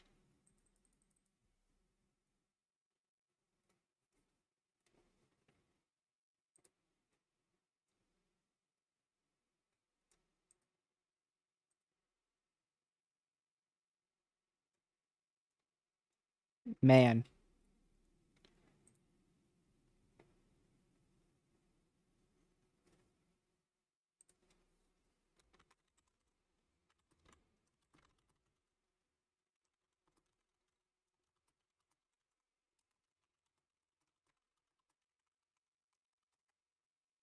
Give me just a second.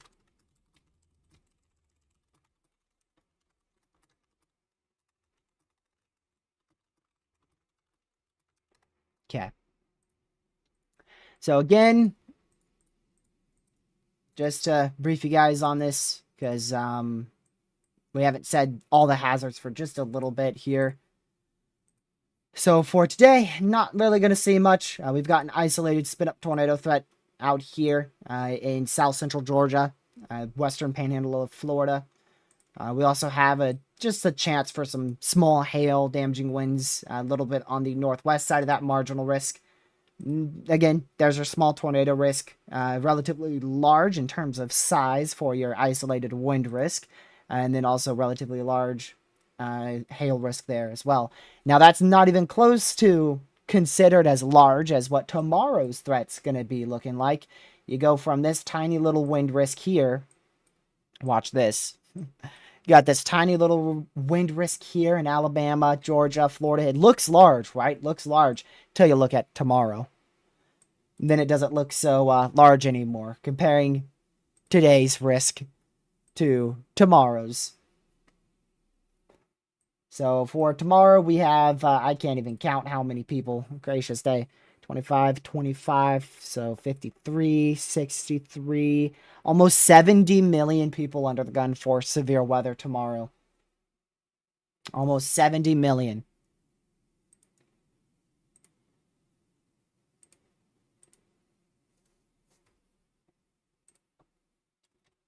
Gracious day.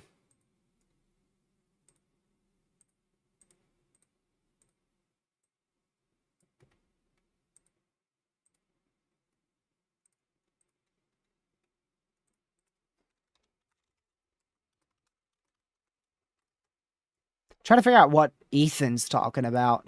He keeps saying the HRRR downtrended. And then there's your tornado risk. Huge 10 significant risk for tornadoes. Specifically tomorrow evening and tomorrow night. into the overnight hours. Again, we could see a 15 significant threat introduced somewhere in this region. I don't think it would be that large, but just generally somewhere in that area, we could end up seeing a 15 significant chance for tornadoes for tomorrow. Damaging winds likely will remain around the same for the outlook tomorrow. We still currently have that very large 15 sig wind risk, 30 sig wind risk, and then that 45 sig wind risk, where we could see gusts as high as 90 to 100 miles per hour near, and specifically from what I've seen on model runs, northwest of St. Louis going into your evening hours tomorrow. Also could see some large hail, as large as 2.5 to 3 inch in diameter if we can get any semi-discrete supercells to fire around or south of the St. Louis region. Could see some isolated large hail for tomorrow. Then we go into Saturday. For Saturday, we've got a huge enhanced risk, level 3 out of 5, and a large moderate risk, level 4 out of 5 for severe weather on Saturday. This includes an overall 45 significant chance for general severe weather over Louisiana, Mississippi, Alabama, western Florida. Most likely this will be upgraded to a high risk at day 1. I don't know about day 2. Day 2 high risks are very rare. I think we've only seen 2 day 2 high risks before, so they're very, very rare, but we'll see if they pull the trigger for this one. But eventually, I am expecting that we will see a high risk for severe weather somewhere in this general vicinity for Saturday's threat for severe weather. Don't know how large, don't know exactly where, but that's just my general estimation after looking at model runs. Again, even if we do or do not see a high risk for severe weather, we're looking at multiple long-tracked, intense to potentially violent tornadoes, large hail of around 2 inch in diameter, and damaging winds as high as 80-85 miles per hour being a possibility for Saturday.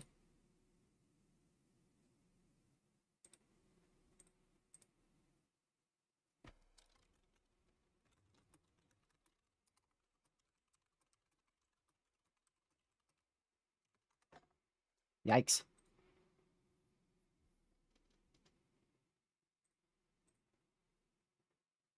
So again, if you haven't already, I ask that you guys go ahead and hit that subscribe button, because if you hit that subscribe button, you'll know when I go live or upload a video.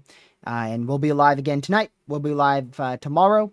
We'll be live Sunday. We'll be live Saturday too, of course. So just be ready for a lot of live streams. Buckle up. We're going to have a lot of live streams over the next few days. Also, if you haven't already, make sure you hit that like button too. It's greatly appreciated. Also, share this channel with your family, friends, social media. It's greatly appreciated. Help spread the word about this very significant threat for severe weather. And if you do subscribe, or if you are subscribed, make sure you also hit that notification bell. That will notify you when I go live tonight, tomorrow, Saturday, and Sunday. Sunday's looking more like a live stream covering it as opposed to a storm chasing the threat. It just seems like the threat won't be high enough for a Saturday for me to chase. There's your crazy risk right there. Gracious day. Two moderate risks back to back for severe weather. Man, oh man. Tomorrow, Saturday. Tomorrow, Saturday. That is just wild.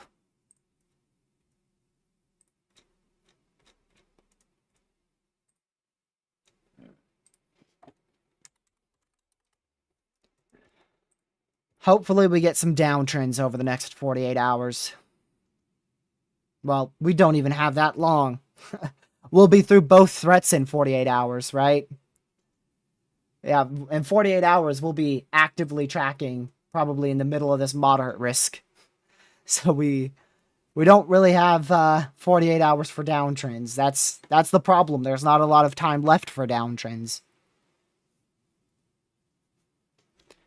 Thank you, Double, for the $5 donation. Can you explain the capping situation around Memphis area Friday night into Saturday morning? It's, the more I look at it, the more I realize it's a slightly less capping issue. and more of a forcing issue. Do I have a... I do. There you are. Let's try to find the right browser. So you can see here on our newest 18Z NAM model, you look at this. You've got a large area of uncapped. This is not capped. No capping here in this area of instability for very late Friday into very early Saturday morning. And you just don't have good forcing. There's not a very strong cold front this far south. You can see your low pressure up in here, right? If I pull this back, here's your low pressure, occluding front, cold front.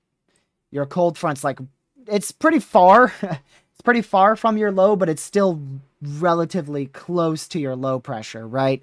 Still relatively close. Whereas if we go into when your threat should begin, well, the storms will begin to fire in eastern Arkansas, at least. That will be towards like the 10 p.m., 9 p.m. Eastern time frame in southeastern Missouri, eastern Arkansas. Your low pressure is still, I mean, it's just pretty much in the same place, just a slightly more to the northeast. You have that occluding front and then that low pressure. And see how far that low goes in that overall cold front? So the further south your cold front goes, the less forcing you have. Most of your forcing is going to be focused in this area right in here. And you can see that. Actually, you can't see that. We'll have the lower resolution here. See your big trough? That is your right exit region of your trough. So here's your low. This is your trough here. So your right exit region is right up in that area. So that's where you have the greatest forcing, that region of your trough. And you can see how that stops in southeastern southern Missouri, far southern Illinois, western Kentucky, west Tennessee, eastern Arkansas. That greatest forcing is not there just due to where your trough's located. And thus you have a lot less thunderstorms in that area. But all it takes is just one storm to get mature in that environment and stay along that cold front. And it's going to be a long-tracked supercell, potentially with a strong tornado threat attached onto the threats there.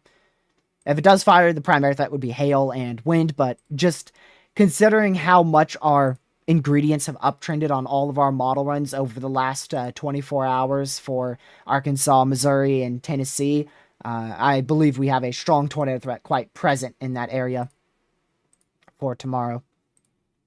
So it's more of a forcing issue, slightly less of a capping issue.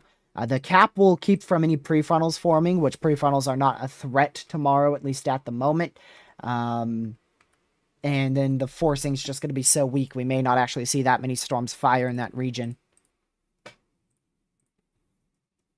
There's quite a lot of uncertainty with that southern risk.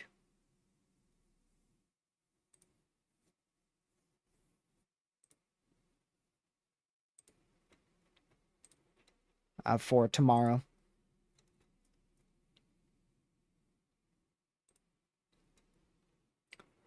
All right. Yeah, like I said, there's your 18Z NAM. 18Z NAM 3K as well. Ooh. Your wrap model. I actually didn't see what this has for. Ew. Wow. So it definitely has a lot of overconvection. For sure.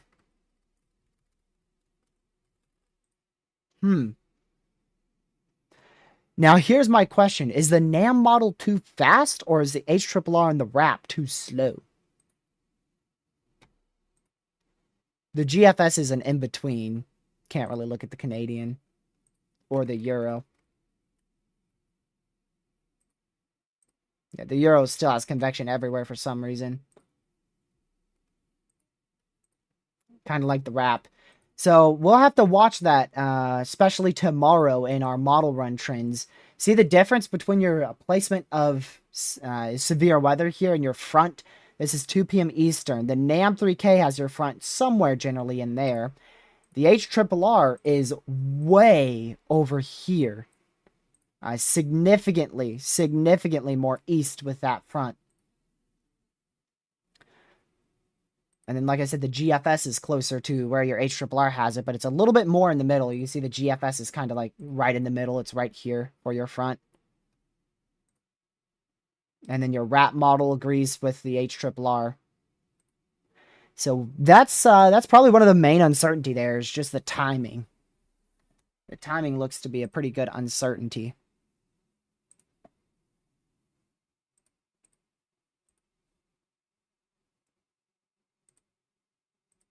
There we go.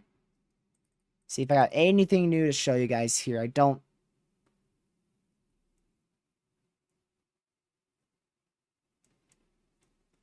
see anything new. Whoa.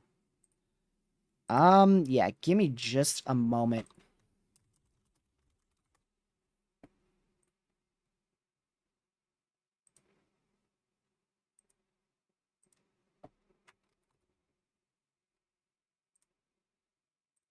All right.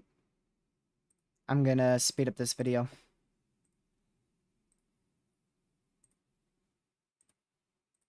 So, yeah, once again, just a very potent threat for severe weather tomorrow and on Saturday. Very, very significant threat for severe weather tomorrow.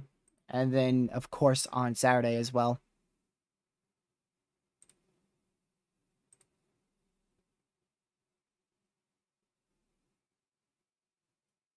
So I'm listening to this video so that way I can tell you guys. I can tell you guys if this is true or not. Twitter said something. I'm going to check it myself.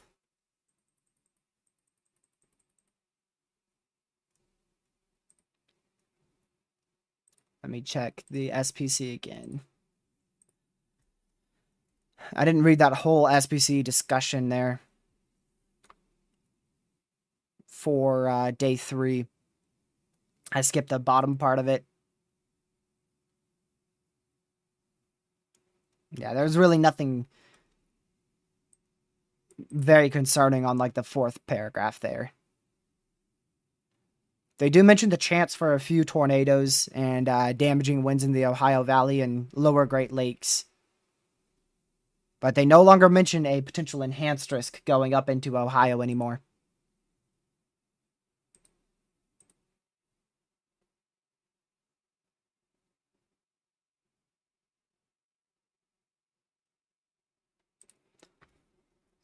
So once again,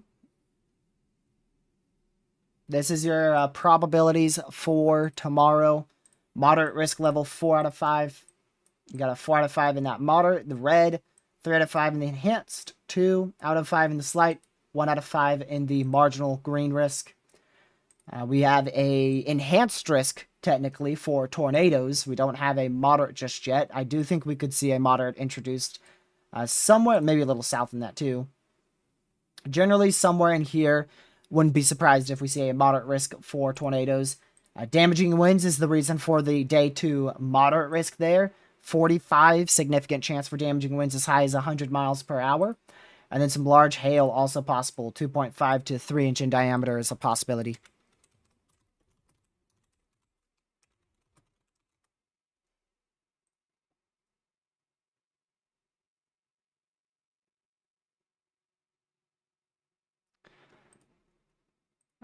Also,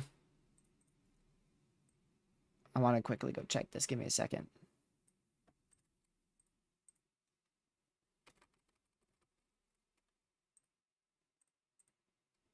Y'all are y'all about to recognize this. Watch.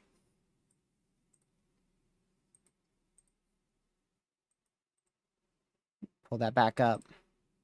I don't know if this needs much explanation because we've looked at this so much for our threat on the 14th and 15th. The end of March is probably going to end with a very notable threat for severe weather. This is our signal for Saturday. That is some of our ensembles there for the 22nd through the 26th.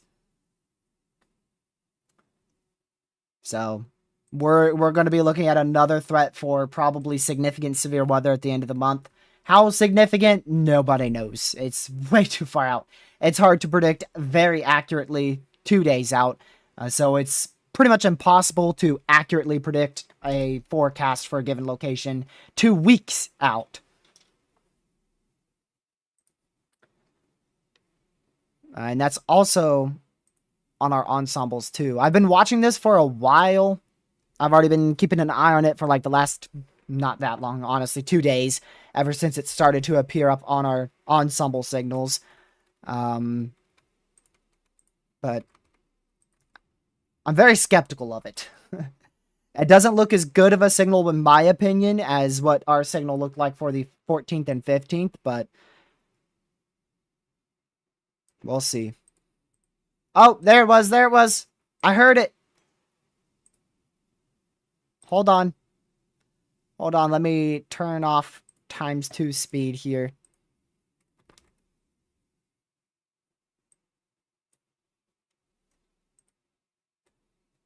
So James Spann said it will probably be upgraded to a high risk.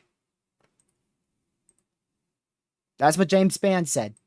Just repeat that. James Spann said it will probably be upgraded to a high risk, referring to Saturday.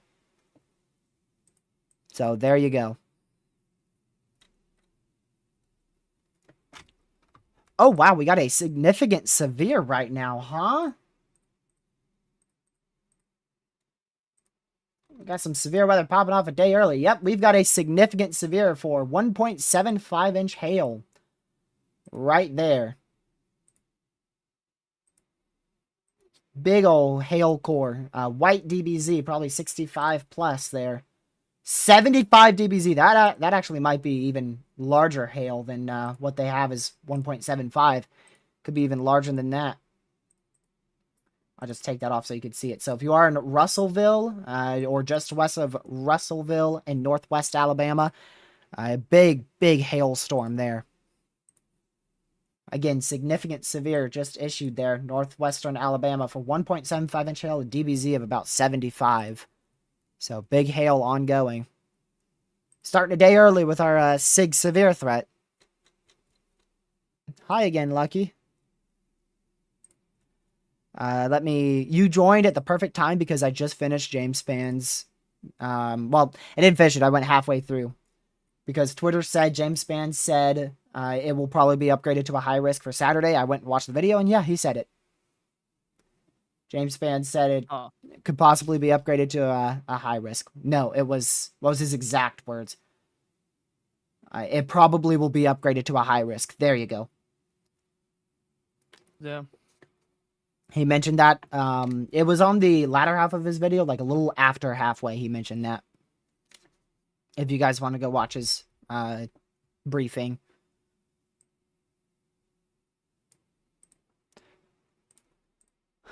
All right, let's check this. Nothing. Okay, well, I have officially ran out of things to talk about. Normally at this point we do soundings, but I don't think I'm going to save those for later tonight for like 2.5, almost 3 hour live stream, however long we're live tonight. And then we got a long afternoon, evening, and overnight night tomorrow.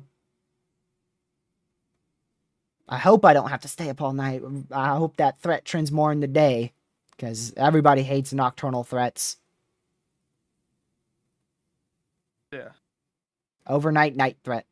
Yep. Double overnight then.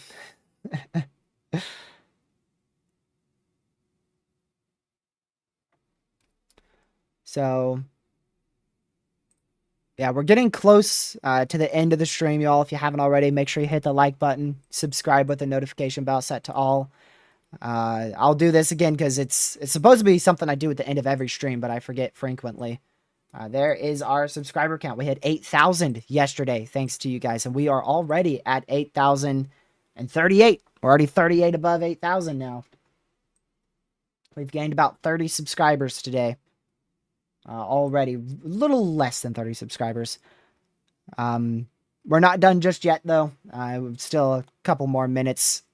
I wish this person would respond to me. Who, me? No.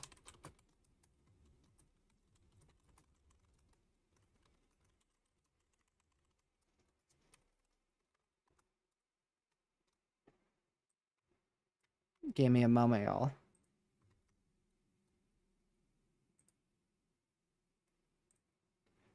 Okay. Lucky, you want to add anything to the severe threat? I mean, probably anything you just said is probably what I'm gonna say. Man, you're no fun. Can't even get a second opinion out of this dude. Well, I mean, I do. You'll get a opinion that I think that these next 2 days are gonna be like crazy, and uh, anyone that's in any risk definitely needs to be weather aware. Search up your local National Weather Service for the best forecast possible. And yeah, I'll just leave at that, and then yeah, Trough. trough. Big trough. That sucker's already negative. Yeah, I gotta go look at 500 millibars to see if it actually is. Let's see. Yep. It's not very negative, but it's starting to tilt negatively. It'll be a negative tilt tonight. Probably like 9-10 p.m. it's going to be considered a negative tilt. You can see it's not fully pointed southeast yet. It's still pointed like kind of south. Positive tilt is this way, neutral, and then negative. So it's not a full negative tilt yet. It's in between that neutral and negative tilt. Very close to negative. Very, very close.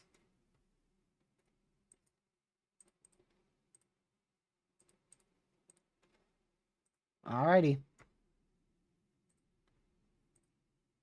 Well, that's everything I want to talk about. That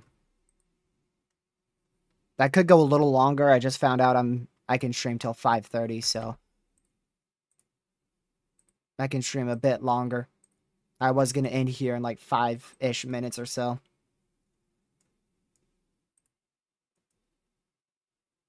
Trying to find anything that I missed. We'll go over all this stuff again later on. Later on tonight at 8 o'clock when we're live again. We'll go over pretty much everything I went over in this stream. I'll go over all of it and probably more as well. We'll go a little bit more in depth, more soundings, and like I said, slightly more in depth. And then we'll watch our 0Z runs render in. We'll watch all of those come in. So we'll do about a 2.5 hour stream now and probably about a 2.5 hour stream later. So overall about 5 hours today. And then we'll do at least 6 hours of coverage tomorrow, and then probably, who knows how long on Saturday. It's going to be a long 3 days, that is for sure. A very long 3 days. Let's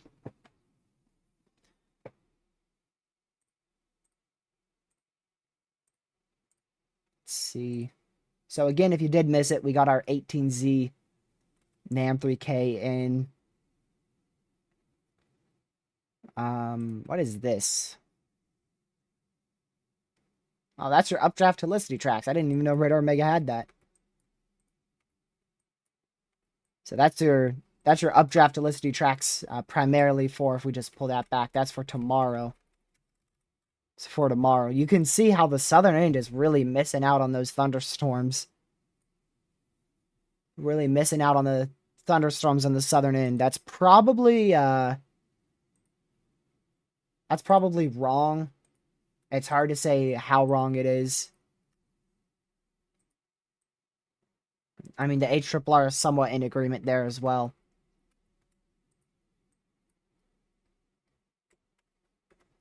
But that main threat for winds is definitely going to be near and north of St. Louis. That's going to be where, in my opinion, that's where we have the best chance for wind gust up to 90 to 100 miles per hour. And then that greatest tornado threat should be in that area as well as pointed south. That's what I'm unsure about, is how high end the threat for tornadoes may be down in this area. because there's not a lot of confidence in supercells firing in that most favorable environment. So we'll see. We'll see how it trends.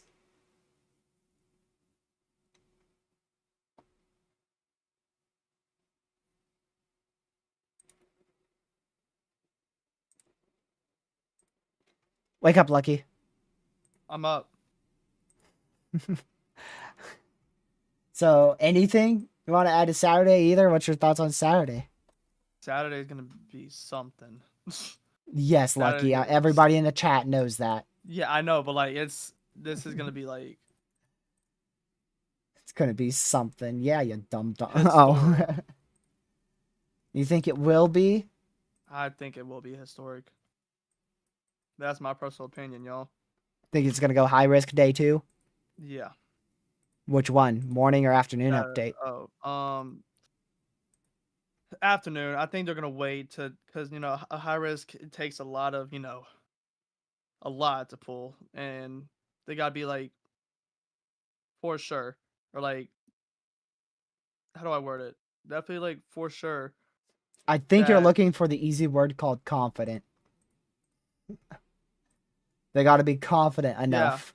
yeah that word yeah man I forgot about that word. No, I didn't. But anyways, Yes, you did um because you didn't even say it. yeah yeah they got to be really confident. So I'm gonna say tomorrow afternoon.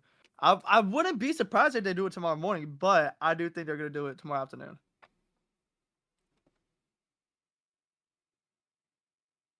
NWS Jackson mentioned an upgrade to high risk. It's 100% going high risk. Mm,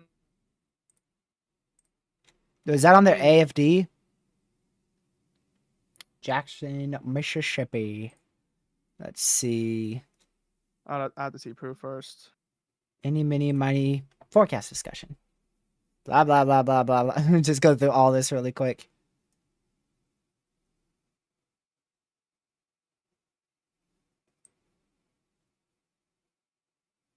Oh, okay. That's a conditional risk for severe weather overnight tomorrow night.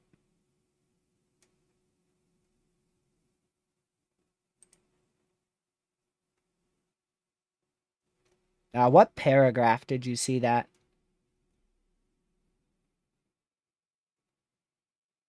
I'm seeing slightly higher probabilities in terms of the moderate risk being further to the south. Where it obviously is.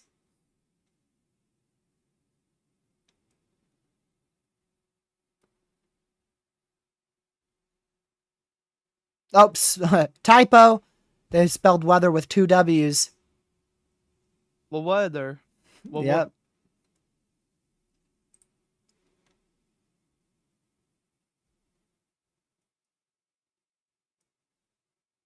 It's typo over there. I don't see anything about a mention of a categorical risk upgrade.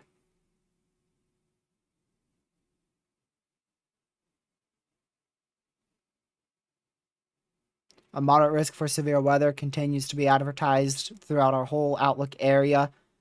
Recent expansion on the northwestern side of that moderate risk with the day 3 Outlook. And it wouldn't be surprising to see a portion of the Outlook area have a greater threat. Don't know if that's particularly mentioning an upgrade to high risk. Scattered to numerous discrete supercells are likely to develop in the large open warm sector. Given the fast motion of these supercells and the classic nature of these storms, we expect there to be long track tornadoes. Oh, we expect there to be the potential for long track tornadoes. I missed potential. Skipped right over that word. That's a very important word. The potential for long tracked tornadoes.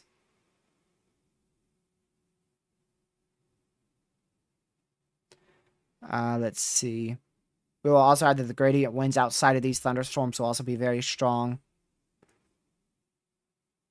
Heavy rainfall, possible flash flooding due to the heavy rainfall of these storms. Yeah.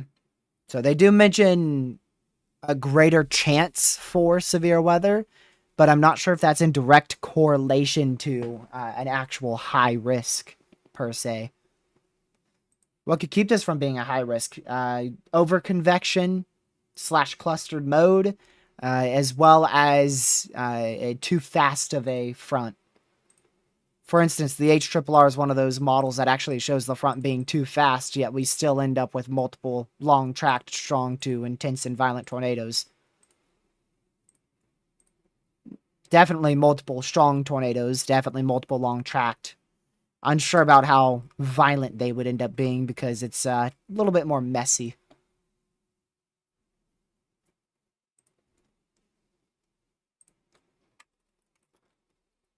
So I think we'll just have to see which way it trends. I mean, right now the HRRR and the NAM are about a good solid 125-mile difference there. So, I mean overconvection in the sense of clustered thunderstorms, too many supercells.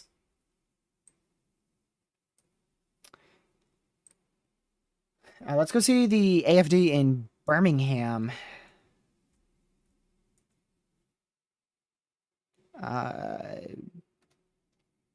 Where is y'all's AFD? Are you hiding it? There it is. Okay, that was at 3:30 p.m. There is a risk for strong thunderstorms today. Okay, yep. Sure, we'll just skip all that. We're looking at Saturday. A severe weather outbreak appears likely over the deep south across much of central Alabama during the day on Saturday and lasting through the early morning hours on Sunday. A moderate risk level 4 out of 5 has been issued for most of our central areas, pointing to the southwest. I'm summing this up too. This isn't their exact wording, by the way. An enhanced risk across our entire area. So if you're in central Alabama, you're either under an enhanced risk or a moderate risk.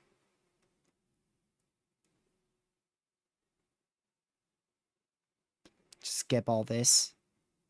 If I see any big words, I'll exactly quote them.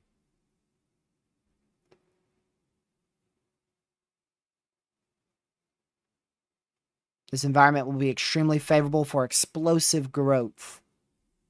So if we are able to overcome the lack of forcing, we could see strong to severe storms develop generally after 10 p.m. Jeez. That looks to be for Friday. Very late tomorrow night into extremely early Saturday. Forecast soundings reveal a volatile environment in place with near 2,000 instability, 60 to 70 knot 0 to 6 kilometer SRH, which would support significant tornadoes, large hail, damaging windstorms are likely to enter our western areas around Saturday morning and continue through our southeastern counties through 3 a.m. Eastern, or 3 a.m. Central. That's Central. Not seeing any mention of a risk upgrade, which is good. Fire risk, rain risk. So the strongest wording in their AFD was probably the volatile environment in place. That's their exact wording. Forecast soundings reveal a volatile environment in place. That's exactly what they said. I already did Rockets. Rockets, I already read it. Chill, buddy.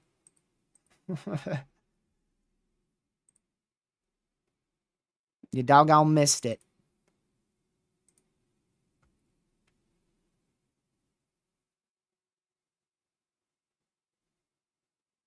Aha!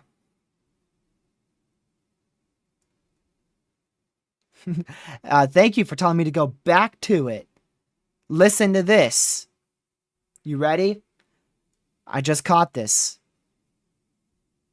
This supports the potential for decent fog probabilities and slightly higher probabilities. They were referring to fog for higher probabilities, not a high risk. Thank you for telling me to go back to that.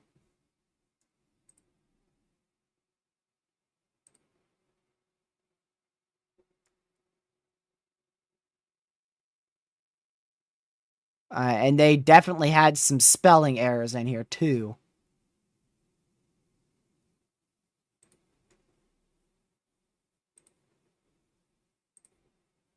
So their AFD was referring to fog, y'all.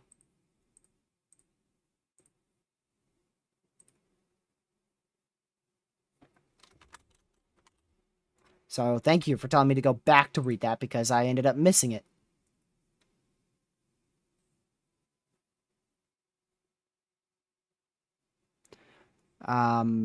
Wait. Hold on. Nope, I just what you said, Isabel, so I went to her Twitter page. Nope, they definitely say it for severe weather too. They say it for both.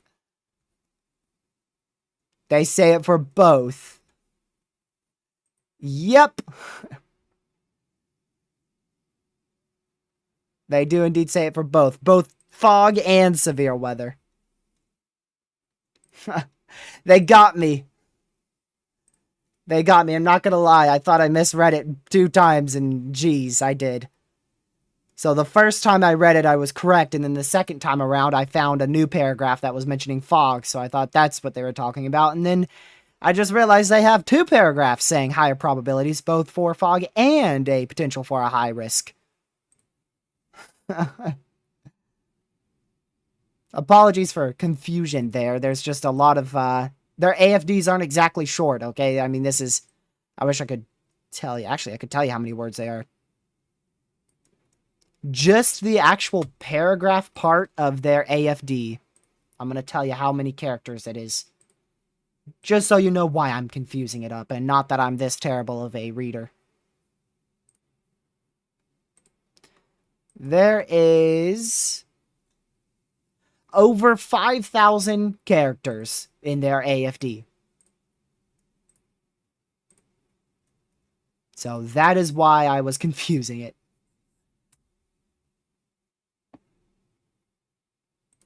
Thank you for the $10 donation there. Houston, much appreciated. Instability stopping over Northwest Georgia.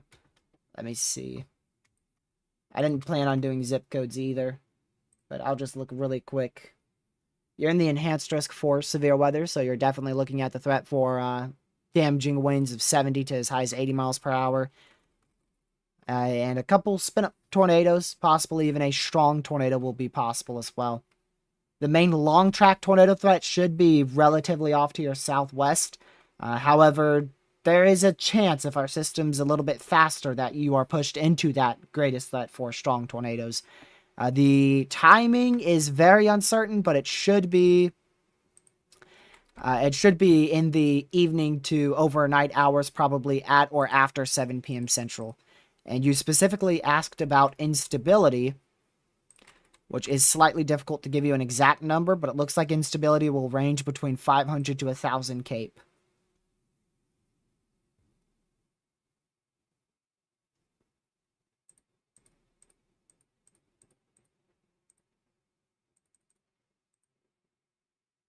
Let me see.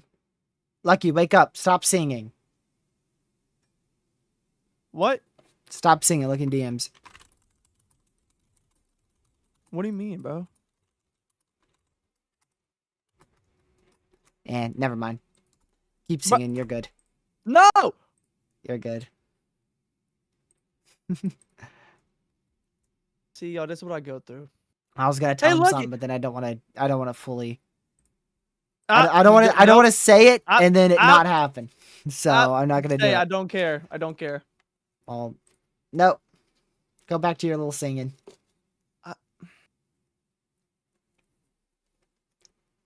When are you ending? How long? Why? You want me to stop streaming that bad? No, actually. If you want to keep going, you can keep going. I'll still be here. I ain't got places to be. Because of Lucky, we're gonna start ending here, y'all. Nope. Y'all, like it's not minutes. my fault. Nope. Go ahead, keep going. Go another 30 minutes. So I'll go ahead and pull up the subscriber count again. Nope. Go ahead, keep going. We'll be live again at 8 p.m. Eastern time. We're gonna start wrapping things up here in just a few minutes. Make sure you guys subscribe with that notification bell set to all so you can tune back in at 8 p.m. Eastern. I know there's going to be quite a bit of people live, so that's all right if you go to other people for weather sources. As long as you're weather aware, that's all I care about. Just make sure you're weather aware. And like I said, we'll be back here from 8 p.m. Eastern, probably till about 11 p.m. Eastern to talk about that threat for severe weather again. Look at our 0Z model runs rendering. Also, make sure you hit that like button. It's greatly appreciated. We got over 150 likes in today's live stream, so that's greatly, greatly appreciated. And also share this channel with your family, friends, social media, anybody you know in the threat for severe weather as a whole. It's greatly appreciated once again. And just a shout out to our donators today. Let's see, we had Chris with the 5 gifted, Matthew with the 10, Brody with the 2, Peter with the 10, Girl Dev with the 5, Jaden with the 10, and Double with the 5, as well as Houston with the 10. So shout out to all of our donations and supporters today.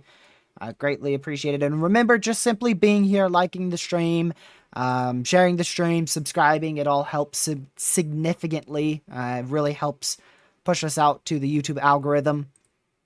And of course, we will be here for multiple hours. For tomorrow, we'll be here probably about 6 some hours tomorrow with live coverage, and then probably well over 6 hours of coverage on Saturday. I'll see you guys again tonight from 3 p.m. Eastern to 6 p.m. Eastern. We'll have about a either 2.5 or 3 hour live stream tonight to discuss that 00Z data as it renders in. I'm going to go ahead and pull up the day 2 outlook there. Get the NAM 18Z 500 millibar. Here, there you go. Of course, also thank you to our mods for mod in chat. That's greatly appreciated. I'm glad to see a few mods in chat today. Really appreciated. And yeah, I hope you guys have a great rest of your afternoon. We'll head on, or actually evening now. We'll head on over to our ending screen. I'll see you guys in about 2 hours, about 2.5 hours. I'll be live again. So just going to take a quick break, or pretty quick break, 2.5 hours. Let all that stuff start to render in. It doesn't start rendering in until 8:50. So we'll watch the 0Z render in from 8:50 p.m. Eastern all the way till like 10 p.m. Eastern. And before 8:50 p.m. Eastern, obviously we'll discuss all the severe threat and everything. And at some point, we'll probably end up doing soundings in that live stream as well, just to see if anything changed big time. But once again, if you enjoyed the live stream, make sure you subscribe with the notification bell set to all. Hit that like button, as well as share this stream with your family, friends, social media. It's greatly appreciated. Lucky, if you want to chat in chat, you can go ahead and do that. Lucky's video is also out if you want to go watch that. If you're subscribed, Lucky's Weather on YouTube. He's going to chat in the chat in just a second. You could just click on his profile picture and then go watch his video. And I will see you guys in my live stream in about 2.5 hours.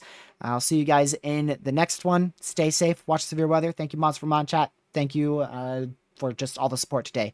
Stay safe. See you guys in the next one. Goodbye. Goodbye.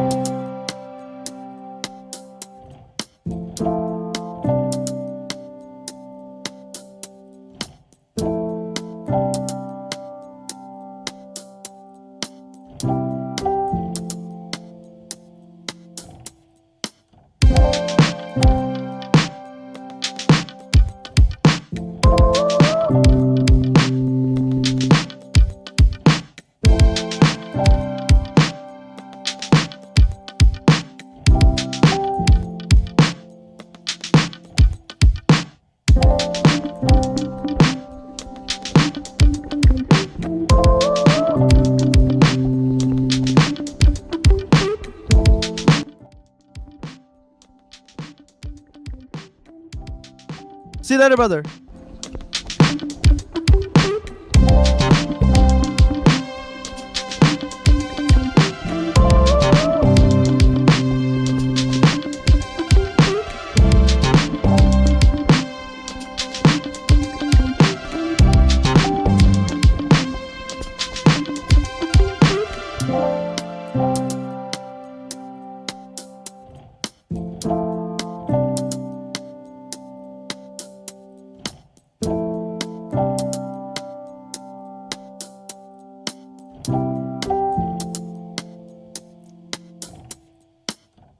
I'll see you guys in about 2.5 hours, 8 p.m. Eastern. Thank you, Mots, for on chat, and I'll see you guys later on today. Stay safe, watch severe weather. Good.